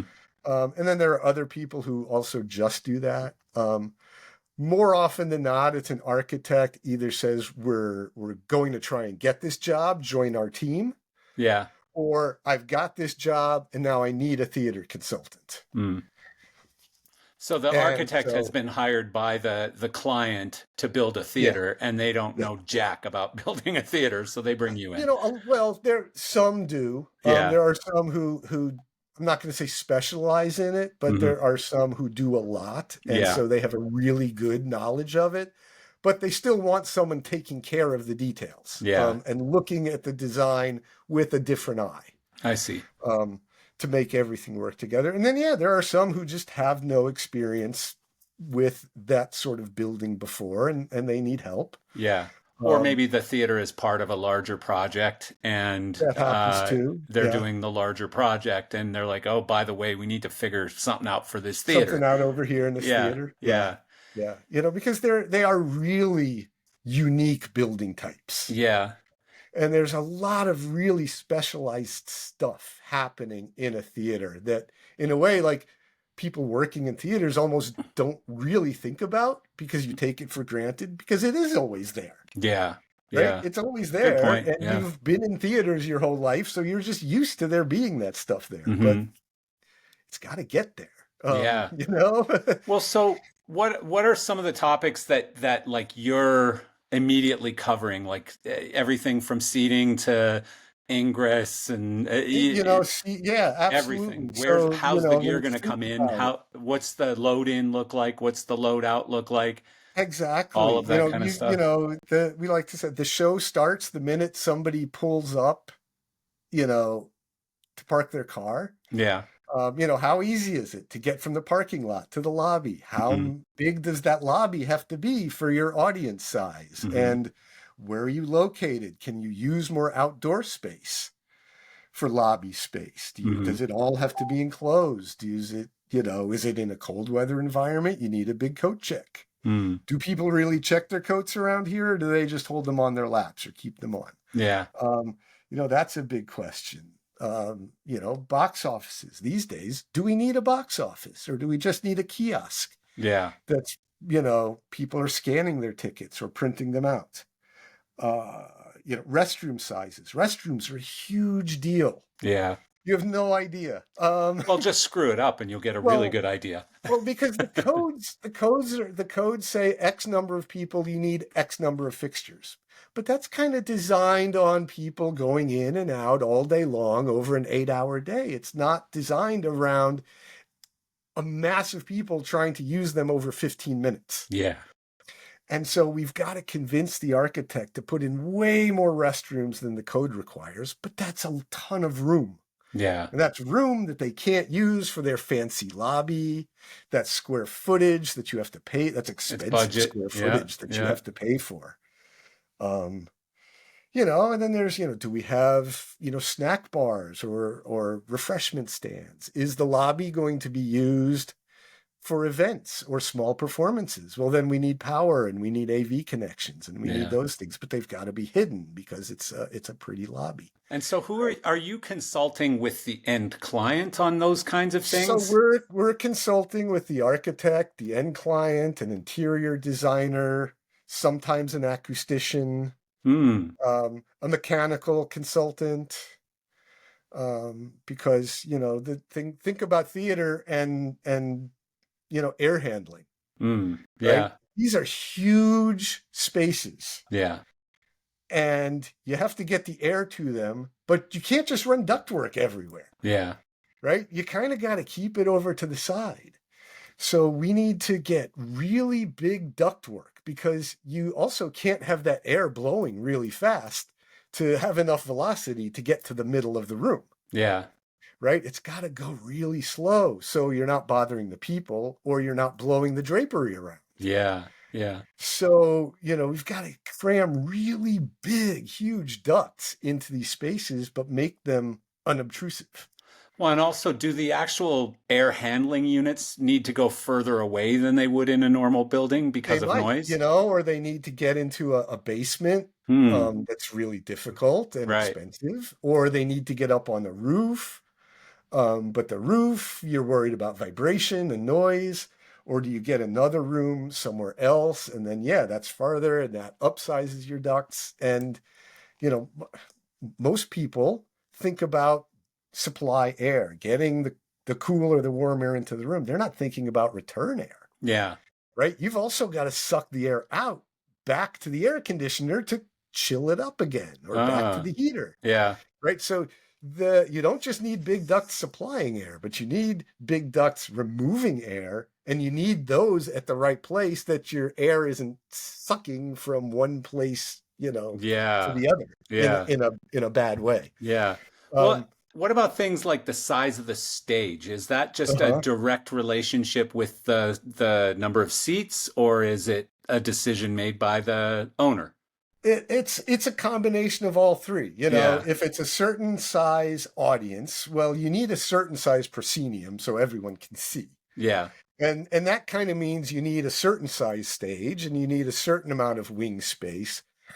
But that's where you start fighting with the architect who always wants to shrink that box Yeah, of course. and give you less wing space and less upstage space. And so you fight for every inch of that wing Well, because space. he's And looking for seats, he's right? well, he's looking for seats, but he's also just looking for square footage. Yeah. Yeah. Theaters are incredibly expensive. Yeah. You're starting at a minimum of $1,200 a square foot. Wow. Hmm. Yeah. Oh yeah. That's your base number these days. Yeah. That's a So lot. Like, I mean, when you're yeah, talking about like a high-end house is 500 a square foot or yeah, whatever, right? And that's a lot. That's that's a incredible. lot. Wow. Yeah. Hmm. So, every square foot and in the early stages, that's kind of what you have to go on for your cost, for your budget for this thing before you've really designed the building. Well, we know it's going to be 100,000 square feet, and we know we're going to, be cheap on the finishes, and we're going to be really efficient, and so we're going to say $1,200 a square foot. Well, so now you've got, $120 million building. Yeah. Okay, can we get that down to 90 million? Well, Yeah. the only way you do that is by cutting square footage. Well, so when it comes to budgets, like, are you fed a budget or are you going back to them and saying, here's what it's going to cost you to do what you're asking to build? Usually we say, here's what the theatrical systems are going to cost. Yeah. And we're usually pretty accurate because we collect a lot of data from manufacturers and from Right. previous jobs and from just talking to people. So they're So not coming to you and saying you've got 250,000 for lighting and sometimes, 200 yeah, and sometimes they 100,000 do. for audio Sometimes or they whatever. sometimes they say, this is the budget and this is what you get. So what can we get for that? Yeah. And we do that, so sometimes you design to a budget, sometimes you budget to a design. Yeah. If that's the design you want, this is what it's going to cost you. So do you have lighting design on staff and audio engineering on staff, or is that all sort of subbed in? No, so we don't have designers. So what Okay. we do, per se is, but a lot of us have had some experience. Yeah.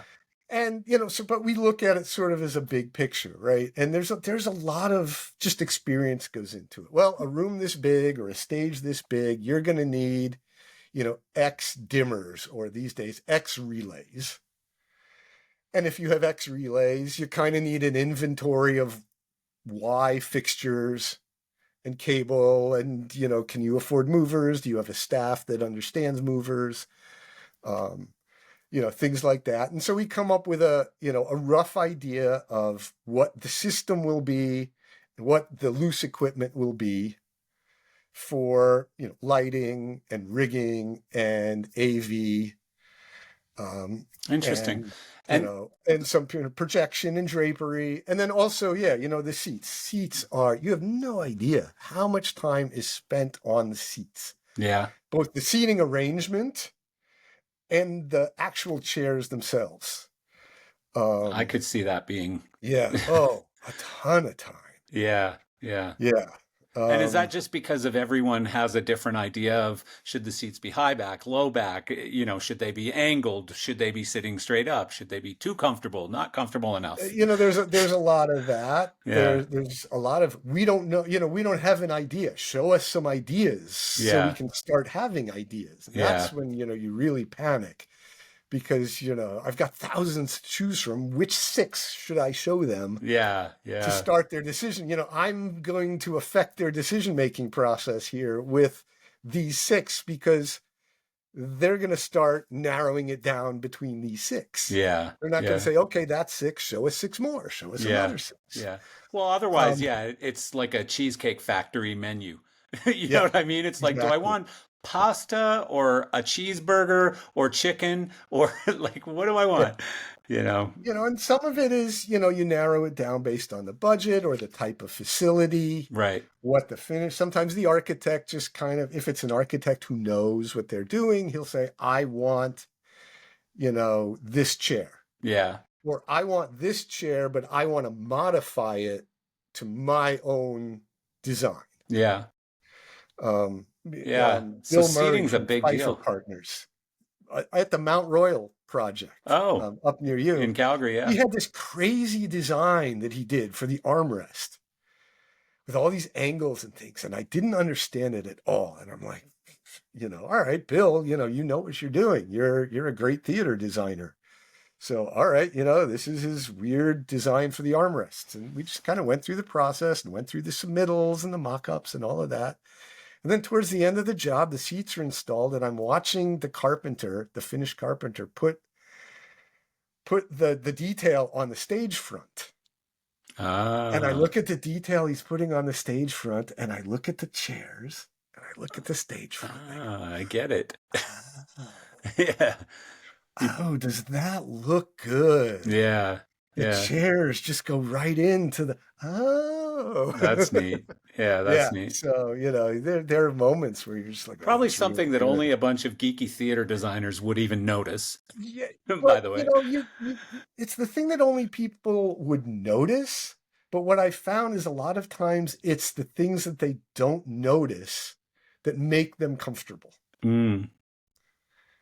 Yeah. In a true. way, if more and more people notice them, well, now you've drawn attention to it. And was that your intention, or were you just trying to make it nice? So back to the AV, the sound and lighting. Are you designing typically with the expectation that larger productions are going to be bringing in additional product, or that we're going to put in a lighting package that anyone can use? That's going to depend a lot on the venue. Okay. Is it a place that wants to have outside some places are like, nope, we're a producing house. We only do our in-house stuff. Okay. or we're a college theater. We do our campus events. That's it. Yeah. Others are we're a college theater, but we're also the town's theater. So other things are going to come in here. Yeah. Or sometimes it's no, we're building a performing arts center for the symphony, and we also want to bring in touring Broadway. Yeah. Yeah. So, we'll do the design differently for each one of those. And each one we design specifically for it. We don't say, all right, 700 seats, you get package A. Yeah. Yeah. No, it's everyone is really, we look at what you want to do in your theater, but then we also think about what might want to be done, because we're not just building it for you.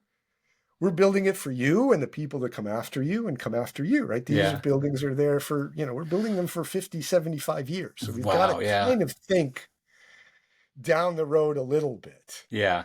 You're the TD now, and this is what you like. And I get it, and I agree with you. But the next guy. Yeah. Yeah, they're going to want to change everything. Yeah. Yeah. So when a project becomes yours, in other words, it's gone through the negotiations and it's now on your desk, from there till doors open the first time is 4 or 5 years? Could be. Could be as little as 2. Yeah. Could be 10. Could Wow. be 10 or 12, depending on how it goes. In our industry, I have no idea how you spec product for a 10 or 12 year. Well, for the 10 or 12 years, you kind of, usually it's something that, went to sleep and you come back and you revisit everything. I see. Yeah. Yeah. The norm is between 2 and 5 years. But the norm is, I'd say, 3 to 5 years. Yeah. Okay. Probably. Yeah. Even then, I mean, like right now, if I think 5 years ago, how many fixtures are, latest, greatest right now that we're actually shipping 5 years ago? It's very few. Yeah. Very few. Well, and that's when I started it. It was lighting particularly was kind of easy. Yeah. Because if you came to me and said, I need a theater in 5 years, what kind of lighting system do I need? Oh, well, you need this. Yeah. Source 4s and an right? obsession console. But if you ask me today, what do you need in 5 years? Oof. Well, even like MA2 5 years ago was the console, right? Yeah. MA3 wasn't the console yet. So 5 years from now, I think we could expect that we're going to see MA4, I mean, in a way, and I say this with all love and respect, I don't really care what the console is. Yeah. All right. I'm never going to use it as long as it's appropriate to the venue. Yeah. And the operators are happy with it. Yeah. And it's rider friendly for the places where it needs to be. Yeah. Doesn't matter. I don't need to know the difference between an MA3 and an MA4 and an Axios and I don't need to know, right? Yeah. Yeah. But at the end of the day, I don't know how to use it. Right. But isn't the client going to be annoyed if they get an MA3 when the MA4 is the thing? I mean, we have to we have to pay attention to it and make sure and check in with them on what they're getting. A lot of times we don't actually have an end user when we're designing. I see. We like it when we do, but a lot of times, they don't have an end user because the building's not built yet. Why are you going to hire a lighting designer, right? Until the very end. Yeah. Or the worst is when we're doing like a college and they're building a new theater or they're renovating a theater and they don't let us talk to the staff because they're afraid that the staff is going to come up with all kinds of ideas that are going to drive the cost up. Oh, Jesus. And usually they don't, because if we don't get to talk to anybody, we've got to assume you need everything, right? You need an orchestra lift, you need a trap, you need an orchestra shell, you need all of this stuff. And when you get the people in the room, a lot of the times they're like, oh, we never use a trap. Don't bother with that. Or we don't really need like 2 400 amp switches, give me 2 200s and we'll be fine. Wow. So if you're watching and you work someplace that is renovating your theater or building a new theater, get involved, yell, shout, hey, I need to be heard. We often reach out to the tech director and say, hey, I got the invitation to the meeting on Wednesday at 3:30 in room 214, and I didn't see your name on it. because we want them there. Who We invited want, you here? that's right, Yeah. yeah, so and even if it involves back channeling like a fixture list, Mm, you yeah. know, um, Well, but at the end of the day, but like oftentimes there isn't, you're, and so the way we write it yeah, is we write on this fixture list, end user shall have the opportunity to change this list within the agreed upon cost of the package up until, the drop dead date for shipping. yeah, that That makes way, sense. because I'll pick a bunch of stuff. Sometimes I'm just trying to get a price, like I want them to have $300,000 worth of fixtures. Hmm. So I'll put together a list that's going to get me somewhere around 300,000. Three people are going to bid on it, and they know basically we're selling $300,000 worth of gear. Yeah, What it is, it may be this list, but I may have put Ayrton on it, and the guy they hire likes Mac. yeah, All yeah, right, forget the Macs. I yeah, don't care, yeah, right? yeah. At the end of the day, it doesn't change your life. I've got no dog in that fight You whatsoever. might As have long Ben as, on the phone the next day going, "What the hell did you do?" well, sometimes, that happens, Yeah, yeah. Of course it does. and people get pissed off, Yeah, sometimes when I know like this is a really good product, we'll put something in there to try and hold the spec. yeah, yeah, Um, yeah. I get it. So your sweet spot, I guess, is theaters, but theaters, how wide is that description? Anything from a middle school auditorium to a custom built theater for Cirque du Soleil or a 15,000 seat amphitheater. Oh, wow. You get Um, that big, huh? amphitheaters are probably the biggest projects that most theater consultants do, just in terms of capacity. Wow. Hmm. But they're some of my favorites. I mean, my Yeah. favorites are the live music venues. Yeah. Yeah. If I could just focus on those, I'd be a happy guy. Yeah. Because you're a fan of I'm a live fan, music. and Yeah. and because I know what it takes to do them right. Yeah. And to make not only the audience happy, but the crew happy, and that makes the owners happy. Yeah. Well, one of the things I read in your bio that I really liked was that you mentioned that, I'm looking to sort of make all of those people happy, whether you're the crew carrying the piece of gear in the back door, or you're the performer on the stage, or you're the person in the audience, or you're the owner. And you want to see it sort of from everybody's eyes.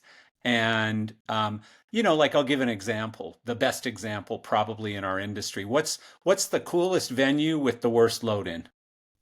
Red Rocks. Of course. And everyone knows that in our industry. It's the most beautiful, stunning, unbelievable place to see a show, unless you're the poor souls who have to Yeah. load in and out of that place, you know. Uh, and it's so funny. You fell right into my lap on that one, answering the correct answer. But it's Yeah. what anyone would say. Anyone who's ever been there would say the same thing. But And loading is really important, right? Which side of the stage is the door. mm, I try and not put it up center, ah, so that you can get the opening band out and on the truck while the headliner's playing. yeah, But it's harder with an up center, yeah. because you got that door open and things are blowing, So you're right? applying common sense. Common sense, right? Oh, I Jesus. once had I had a guy who was looking for who to design their showroom theater, and he said, what's the one thing you can tell me that I can put in this, that no one else is going to tell me to do? And I said, put a washer and dryer backstage for the crew, for the touring crew to use. Hmm. We got the job. Wow. That's really cool. So, Yeah, put a like, bathroom on the loading dock, man. yeah, Like make it easy for these guys. Put a company switch with lugs and tails out on the dock, so when the truck rolls in at 3 a.m, or when the bus rolls in at 3 a.m, he can hook up to shore power and turn the ah, generator off, right? yeah. Yeah, Yeah, I mean, it's not that these are hard. really common sense things. And so you really are looking to make it comfortable, not just for the band with great dressing rooms or green room or whatever it is, um, but also for the crew. And that, Well, because that's where, if the crew has a bad day, yeah, the show's not going to be as great, yeah, right? It was a pain in the ass to load in. So sound check got cut short, or we didn't have time to focus everything, and or whatever it is. And so it's not going to be the best show. yeah. And at the end of the day, right, it's not the artist who decides the tour. Hmm. It's the tour manager. We, And so if the crew is bitching about the flight of steps in that place, well, they're not going to want to come back next year. yeah, the other thing is, I think there's a trickle up effect to that too. Like you said, they're not going to want to come back next year, but also like the band deciding on where we're going to do our rehearsals. Hey, maybe we should go to venue X over there because they've got, really great facilities, Yeah. and that would be a great place to do our rehearsals. So Mm-hmm. there's actually a business benefit to the owner Yeah. of the venue as well, because, you've created a place that Yes. people are comfortable in. And, I tell the Indian gaming people, who are building all their venues right now. Yeah. I say, it's really easy to get somebody to come to your new venue. Yeah.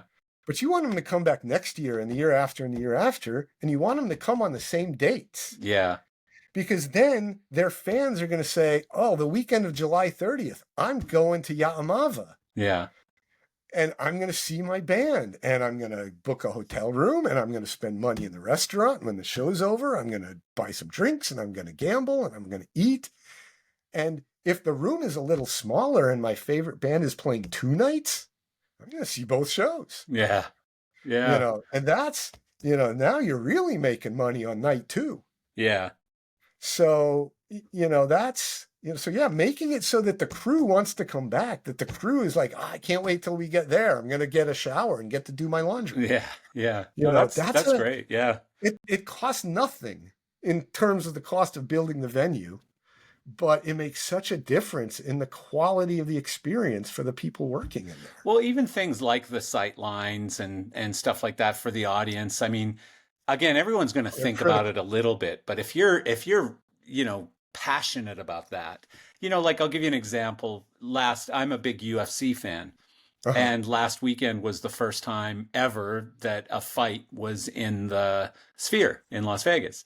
Yeah. And so a lot of their most expensive seats, like near the ring, didn't have a view of what are you paying for in the Sphere? This massive video screen that goes overhead and stuff, right? So in general, some of the seats back in the bleachers were much better seats than the ones that were close to the ring, which usually get you $10, $15, $20,000 a seat, right? And it was an interesting thing to witness that going down, because people were complaining that they paid all this money for these seats and they couldn't see this killer screen. That's an argument I always use when a code official wants us to put wheelchairs in the front row. Yeah. And I say, we can, look, we can do it, but, it's going to be difficult. It's going to cost us a bunch of other seats. And it's not a good seat. No. That front row seat is not great. Yeah. And so, if you let us put them back here just a little bit. Yeah. That's a better seat. I've noticed that even with movie theaters now, like they have that aisleway that goes down the center, and behind that aisleway and before the next row of seats is where the wheelchairs go. Yeah. And so they're the best seats in the house suddenly, right? As they should be. And so, yeah. The best seats in the house are not always the best seats in the house. We have a really nice concert hall that we built near here, the Green Music Center at Sonoma State. And whenever I go, I get a seat down front in the upper balcony. Because acoustically, that is the best seat in the house. Yeah. 7th row orchestra, not the best seat in the house. And you would know. Sound. You would know. It's up there. Yeah. Well, I mean, especially a lot of the venues now, either the venues or the acts or whatever have IMAG video playing on massive LED screens. And so you don't necessarily have to be in the first 20 rows to enjoy the show. Sometimes you're way better off. Like a lot of the stadium shows, I like to go further back into the stands because they're creating a show that's taking up the whole field. You know what I mean? I want to sit behind the board. Yeah, like Pink Floyd. I don't want to be sitting in the first 10 rows. I'll give you another good example. Roger Waters. Did you see Roger Waters when they I broke down didn't. the wall throughout the I show? didn't. But It's I know about it, it's but I didn't see it. unbelievable. I mean, Yeah. and I've seen it twice. And my ex-wife was in the record business, and we were in like row Yeah. 2 or 3 the first time I saw it. And I wanted to go back and watch it either from front of house or from further back. And I watched it from front of house. I knew the people. And it was so much better from front of house than it was from the second or third row. Uh, it just blew my mind. Yeah. Like I got to see the whole picture as opposed to this much of it right here in the And center. I knew people that wanted to be right up front watching Jerry Garcia. I wanted to be further back watching Candace Brightman. Yeah, yeah, very good point. Yeah, very good Yeah. point. Well, and the Sphere is She was that a on huge steroids. influence, This, you yeah, know. it's sad what's happening with her It right is. now. It is Yeah, sad. She like was a huge influence yeah, on yeah. my when I was designing, my design palette was completely copied from Ah, her. well, It as was were all many these other ones. vivid purples and Yeah, greens yeah.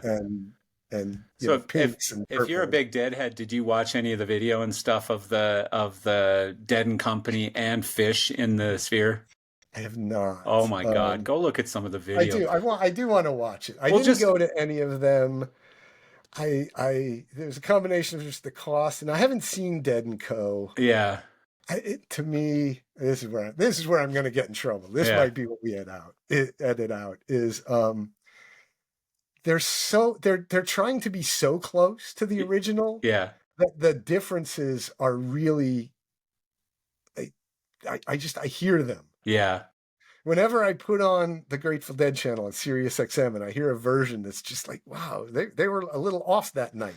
Well, they're I push forcing the you to button and I go, compare. oh, it's Th- Dead and Co. They're forcing you to compare. It's just like You know, the it's new too singer in close. Journey versus Steve Perry in Journey, you Right. know? When I go see Phil will play those songs, but he'll do them like this is how I wanted to play them all those Yeah, years. yeah, And yeah, it's familiar, but it's different. yeah. And Yeah, so you know, I was it's never a just that like I did that and it's done. And I'm not going yeah, to try and recapture it. yeah. I was never a Dead guy, but I will tell you that watching some of the Sphere video of Dead and Co. Uh-huh. and also Yeah. Fish, you know, obviously similar Yeah. genre, but watching video of both of those acts in the Sphere is just like, whoa. Like, you know, everybody in there was on Yeah. some sort of a hallucinogen, you know, while they were looking at these visuals on the entire dome and Well, stuff. but for those Crazy. bands, the visual was always, I mean, there's a reason they call Chris Carrata CK5, right? He's the Yeah, yeah, fifth member of the band. yeah, yeah, Because the lighting is so integral to what they're doing, and it was the same thing with the Dead. yeah, That lighting was such a part of it, even if you didn't know it. yeah, I remember leaving a show once and talking about the lighting with some friends, from C Factor, yeah. and like the girl that was with one of the guys was like, was there special lighting? Yeah. I didn't. I was like, can we leave her here?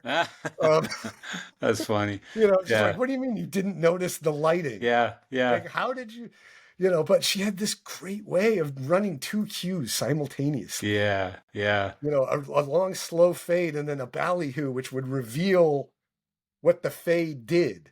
Ah. And it was like, oh, that's so cool. Yeah. Well, it was like Pink Floyd too. Like my Yeah. ex-wife got us tickets for Division Bell pretty close up, like in front of house.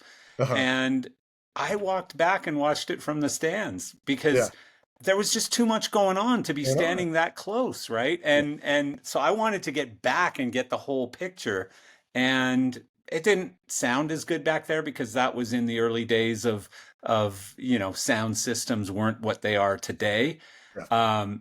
Versus like I'm not a big Metallica fan, but their LD Rob Koenig is a friend of mine, and their production manager or creative director now, Dan Brown, is a friend. So I went and saw it in Edmonton up here because I'm in Canada still, and getting further back and seeing what they're doing with that entire floor of the stadium is just incredible. It's incredible. Like you need to see the big picture. You don't want to be necessarily right in front of the stage. So Yeah. yeah, it's interesting. So what are like when you're looking at these projects, what are some of the biggest challenges that you face when you're at the front end of a project? I mean, obviously cost. Yeah. Cost is always the biggest problem, right? Usually the biggest problem is the amount of room that we have. Mm.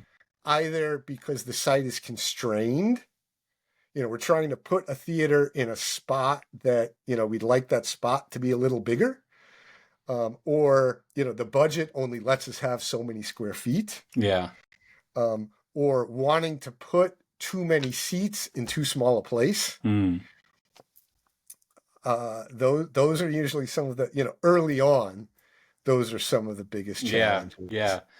Um, Yeah. So when you get into things like, I know you did stuff with Cirque in I think both in Vegas and in Asia mhm, as well, right? yeah, yeah. So are they simpler or more complicated? Like, first of Well, all, they're they know far, what they're doing. They know right. I what they mean, need, yeah. right? In a way, the process is easier, but what we're doing is far more complicated. Right. Yeah. I mean, we were, in Las Vegas, we were driving the industry forward. Mm. The zero fleet angle winch, which got basically developed for them and then turned into a product. Mm. Um, and the lifts that we were building for them were just crazy. Yeah. I hate to ask, but Really, really what is a zero fleet angle winch? so I have no if idea you what if that you is. if you've got a drum, Yeah. right, and the cable is spooling off it, it's going to move, and so it starts coming down over here, but then it drifts over here, right? Ah. But so instead of with the winches we were using at the time, instead of the cable moving as it goes across the drum would move so that the Ah. cable stayed Stays in this. exactly in this, right. So the drum would move as the cable played off, Interesting. so Interesting. that you had really precise control of where that cable was coming down, which when you're doing all those acrobatics Yeah. is really important. Yeah. Yeah. There's a Yeah, lot of moving stuff with there's Cirque. a There's a lot of lot of moving stuff. automation, right? Yeah. A ton of automation. A lot Yeah. of the automation that's out in the industry now is kind of developed Yeah.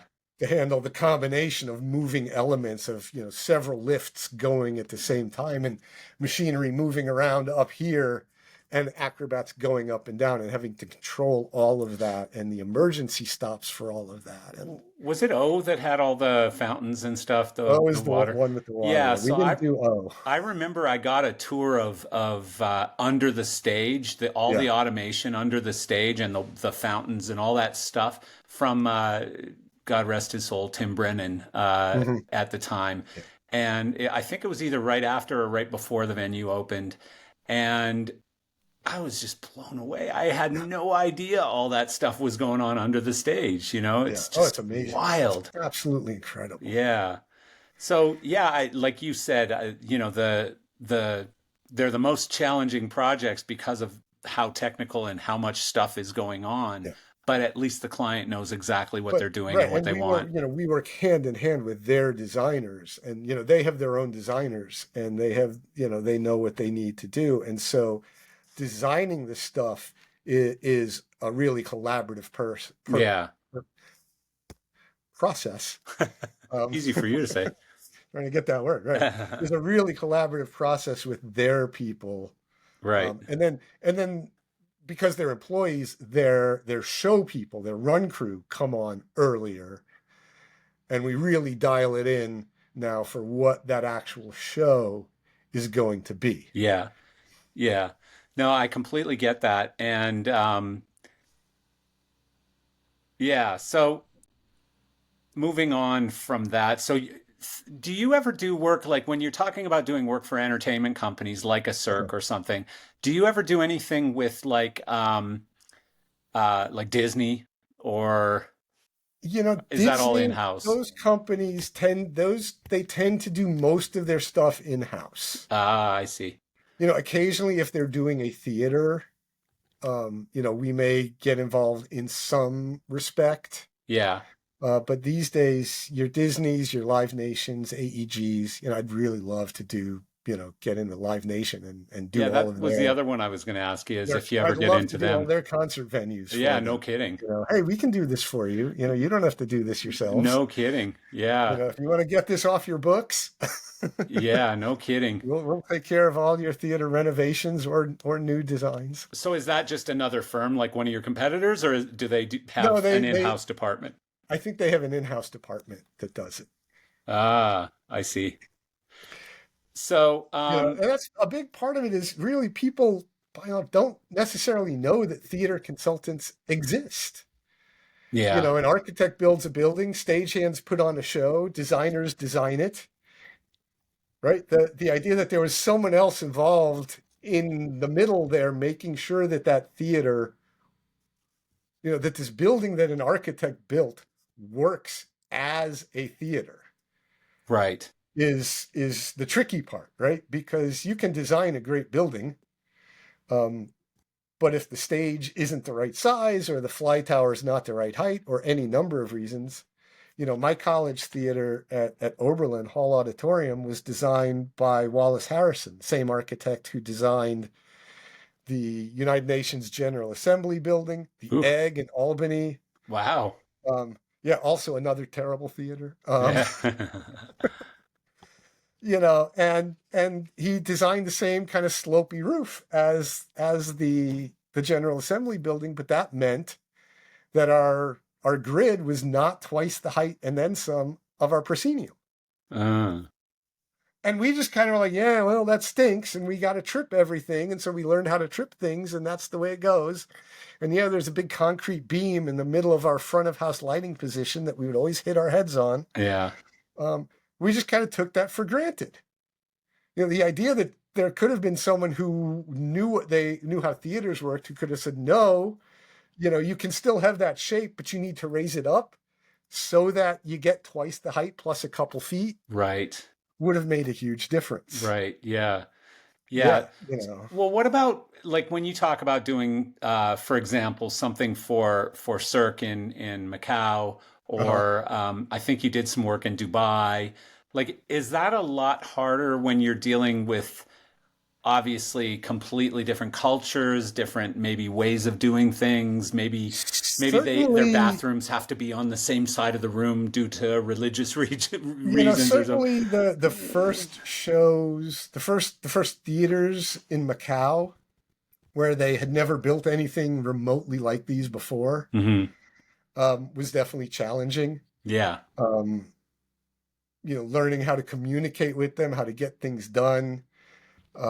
If in the U.S. the background on the drawing shifted and there was an outlet in the middle of a doorway, Yeah. the electrician would look at it and go, "Oh, okay. Well, I'm going to put it, 8 inches off the door like every other outlet in the building, and I'll go back to the trailer and mark up that I moved that." Oh, Over Jesus. there, you come in the morning and there's a piece of unistrut across the doorway with the outlet on it because that's where the drawing said it's supposed to go. Ah, Um, so like that that sort of very top down, someone said it should be there, therefore it should be there without any, yeah. maybe I should. Well, you just got to deal with That it, was right? really, that was frustrating. The speed at which they could both make mistakes and correct them Yeah. was pretty remarkable. You'd come in the morning and that wall would be 4 inches to the left of where it was supposed to be, and Yeah. you'd say, "This wall is 4 inches to the left." By the time you came back from lunch, it was rebuilt in the right place. Uh, Um, it was still probably a little wavy, but yeah. it was Yeah. built there. So, there were challenges. There was,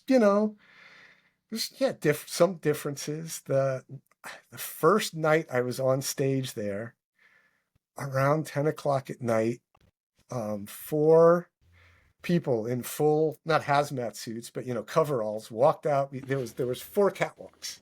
Hmm. It was 100 feet tall. There was four levels of catwalks, and they start walking across the catwalk with push brooms, pushing everything that had built up during construction on that catwalk all day long.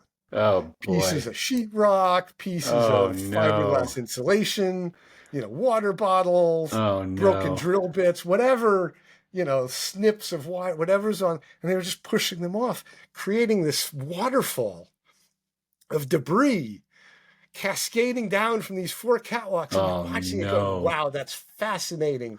And then the stuff hits the deck and, the cloud starts rolling towards you. Yeah. And you get, it's like the disaster movie where you Yeah. see the thing coming, but you're kind of frozen. You can't believe what you're seeing. This toxic cloud is just rolling towards me. And I got to get out of Yeah. here. I'm going Yeah. to be breathing that in a second. Wow. Um, Yeah, really, wow. Uh, And then it all's on the stage and they let the dust settle and then they sweep it up and oh, out the door it Jesus. goes. But in the Gotta be a better meantime, way. Yeah. you think, So, and so then I come back from a trip there and I'm on a job site in the US and walking around with the foreman and he sees a piece of sheetrock this big left on the floor where they were just cutting a hole and he kicks it down the hall going, "This place is filthy. I got to talk to these guys." And I'm just like, "Oh man, you have no idea." that's funny. Yeah, that's funny. So, So yeah. so somewhere in your notes, you mentioned that the entertainment business provided you a daughter. What's that Well, it story? didn't provide, well, I guess it did provide me a daughter. Tom Neville, who's now our president, kept telling me, you can't work all the time. You should get a family and have some work-life Get a balance. family. Get a family. That was one of the reasons I got stuck in Macau. I went to Macau for 3 days to do a lighting checkout. They were nowhere near ready, but it's not like you fly to Las Vegas to do Yeah, a checkout and they're not ready, so you get on the next plane home. yeah, I flew all the way to Hong Kong. When's it going to be done? 3 days. yeah, All right, well, I'll keep an eye on what you're doing, and in 3 days we'll check it out. Well, 3 days goes by. They're nowhere. They haven't done anything. yeah. 3 days, 3 days, 3 days. All right, well, you're here. Let's check out the lift. Let's do this. Let's do this other stuff. Get stuck there for a month. Thanksgiving comes along. Well, I got to go home. I got family. I've got to go home and get to my family. I've got to go home and get to my family. Um, Yeah, I guess I'm staying. yeah. Wow. I'll get a turkey sandwich. Oh no. Um, so we came home and then Christmas rolled around and, I got to go home for Christmas. I got to go home for Christmas. I said, I got to get one of these families. And Yeah, everyone laughed and, I did. yeah. No, but I think what I was talking about was how my oldest daughter decided to become a helicopter pilot. And Really? yeah, Why? really, right? Why? And so, well, when she was learning to drive, she said she wanted to get a VW bus. Hmm. And I said, cool. Your kid wants I to wonder get a where that vehicle culture came from. that can't go above 65. Yeah, I'm cool with that. yeah. But wannabe surfer girl whose VW bus breaks down and she has to call AAA as a poser, Hmm. wannabe surfer girl whose VW bus breaks down and she hops out and wrenches on it Yeah, is a badass. yeah. So if you want a VW bus, you need to take auto shop. Ah, So she took auto shop and she took it the same semester she was taking physics. okay. And she was fascinated because on the one hand, she got to see the theory of how these things work. But then she went to the other class and saw the practical application. And she got fascinated by that. And Yeah. she wanted to get an internship in a garage. She had to do an internship. Every garage she called up said, "Oh, yeah, we'd be happy to put you out with the ladies in customer service or in the parts department." And she said, "No, no, no. No. I want a wrench." Yeah. And they said, "Oh, no, no, no, no, no. No, no, no, no, no." That's partially weird. partially because she was 17, Yeah. partially because she was a girl. Yeah. So she found an internship with the Air Museum at our local airport. Okay. We have an air museum. And they said, "Hey, we don't care that you're a girl and we don't care that you're 17. We're a private place. We just fix up these planes to get them ready for display. Some of them we fix them up so they can be flown in the air show. Come on over." Yeah. So she started doing that. She had a good time. She's meeting people at the airport. So they're asking her, "Hey, you want to try flying a plane?" "Yeah, sure. Why not?" Yeah. Flew a plane. She said, "I really like this. Is cool. I want to learn how to fly a plane." Started learning how to fly fixed wing aircraft. Yeah. Then someone else said, "You want to try to fly a helicopter?" Yeah. "Sure. Who Yeah. wouldn't, right?" Of course. That's right. Yeah. She got in that and was like, "Oh." It was like me reading the lighting book. Yeah. Oh, She found her calling. this is what I want to Yeah. do. Yeah. And it was during COVID.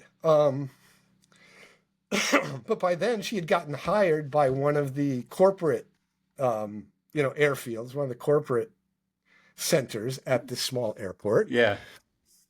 doing customer service, but also, filling fuel requests and doing runway stuff for them and everything, and learning all there was to learn about Fun. that. Yeah. Yeah. A real job, Yeah. and and it was during, she'd graduated high school. She was a COVID high school graduate. Yeah. And she said, I'm not going to go to college and pay all this money and be stuck in my dorm room for 3 weeks at a time. This is stupid. And I've got this real job. I'm pulling down money Yeah. that I'm using to pay for my flight lessons. Yeah. So I'm going to get my pilot's license. Yeah. She got her pilot's license. And then she said, well, now I'm going to take another year and I'm going to get my commercial license. Yeah. Okay. Go for it. and so she did that. Yeah. And you know what? it's absolutely fascinating. And so now she went to college. She's studying engineering. She wants to help design better helicopters. Wow. Geez. That's crazy. That's what she wants to do. And so when we were looking at colleges, we were up in Vermont. We were doing a New England tour. And so we went and we had dinner with Jason Osterman, who I've known for a long time. When he was with Altman, he was originally a consultant. Yeah. And he was with Altman, and then he was with SGM. So we went and had dinner with him. So he met her. And a few months later, before school starts, he calls her up. Hey, I was on the flight down to, from Burlington to JFK. And I was sitting next to this guy, and he gets, what do you do? What do you do? He says, I'm starting up a helicopter fleet management company in whatever the next town to Middlebury is. Yeah. So he says, oh, I've got a girl for you. And he calls us and says, I've got, you should call this guy. So Alex calls him and talks to him for like half an hour. And he says, you're hired. Wow. He starts sending her all these books of stuff to read before she gets there. And now she's working for him writing the software that takes the data from all the different helicopters that they've got, that they're managing all over the country. And so like if one of them puts too much thrust on a rotor, they get an alert and they can say, hey, send that one in for maintenance. Interesting. She's writing the software to do this. That's so cool. You know what, though?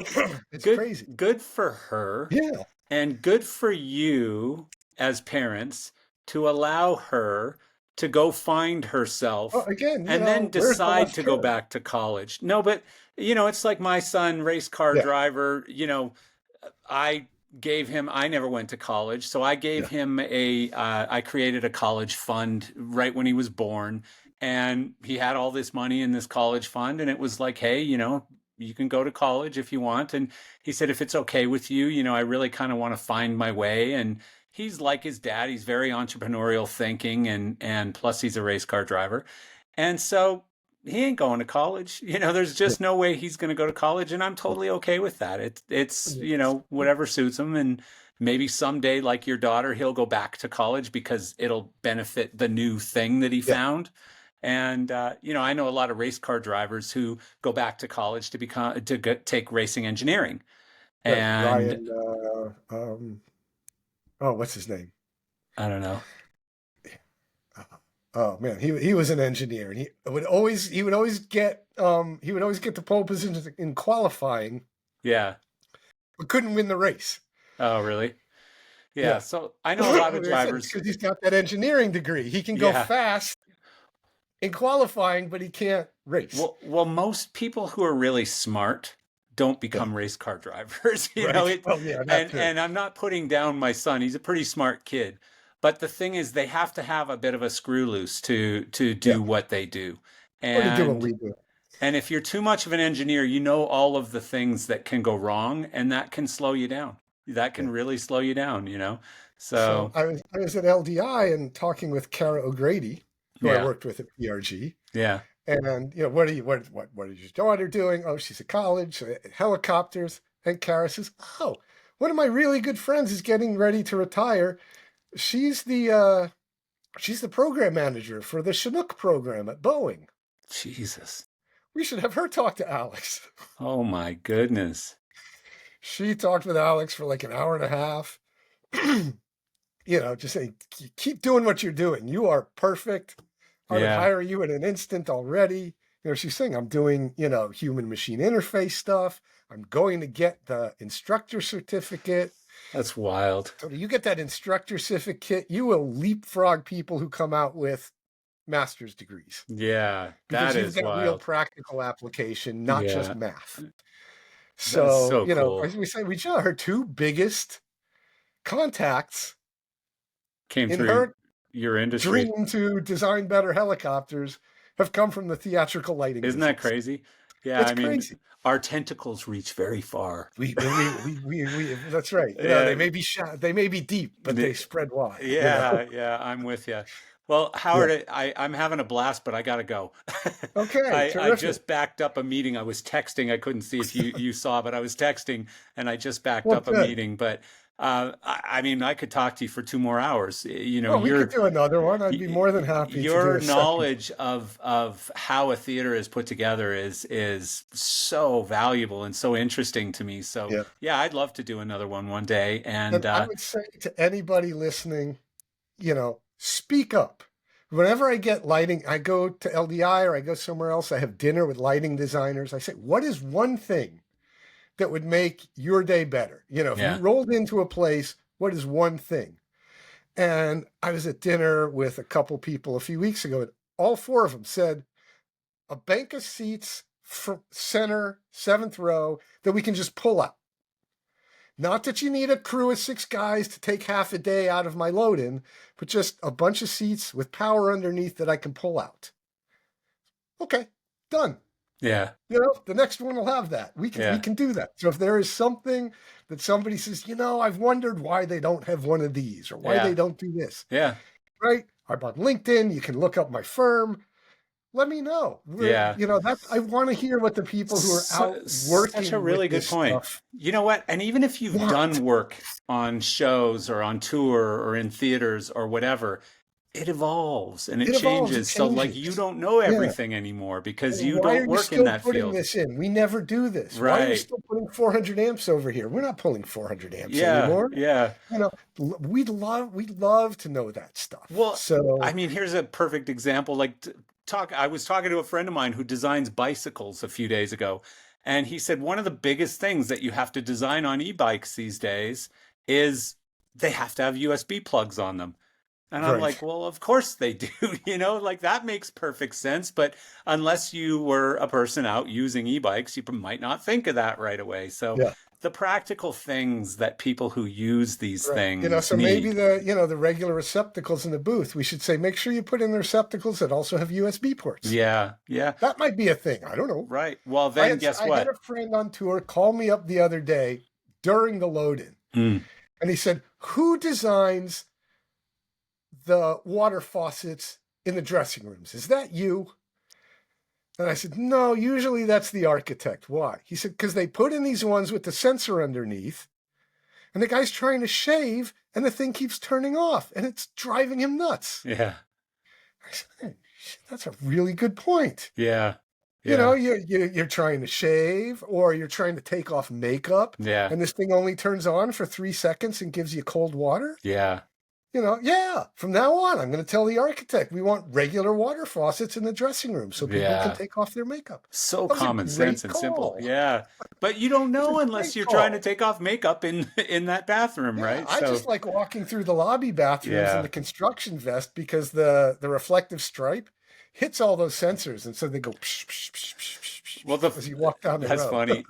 I mean, it's a really, really good point that you make because in our industry, you're in one of the very few positions where you really do want input from other That's right. people. We want input. Like We lighting want designers don't want you coming up to them and saying, "Wouldn't it have been better if you?" No, no, no, No, no. no, tell us how to make Yeah, these theaters better. Please, yeah, we yeah, want to make them better. We want your input, and we're the guys who can make it happen. yeah, yeah. So If you think there should be something, tell us, and maybe we can put it in there. yeah. So how's the Yeah, best way to reach you to get information like that to you through LinkedIn or something? yeah, LinkedIn or my email on my company page. Yeah, Yeah, cool. Yeah, awesome. Well, Howard, find I me on appreciate you doing Facebook. this so It's much. all it's all pretty clear. It's either Yeah, Howard Glickman or H. Glickman. yeah, So cool. yeah. I appreciate you doing it. Thank you for All taking right. the time Absolutely. Anytime. and hopefully, are This you was going to be fun. at LDI? Yeah. Well, Yeah, maybe we'll try and connect while we're we there. should. Yeah. Absolutely. By the way, it's going to be the first time I've met Sarah. She's going to be at LDI this year Oh, too. So, cool. Yeah. yeah, that'll be fun. Oh, great. All right, Okay. Howard. Thank you. Terrific. All right.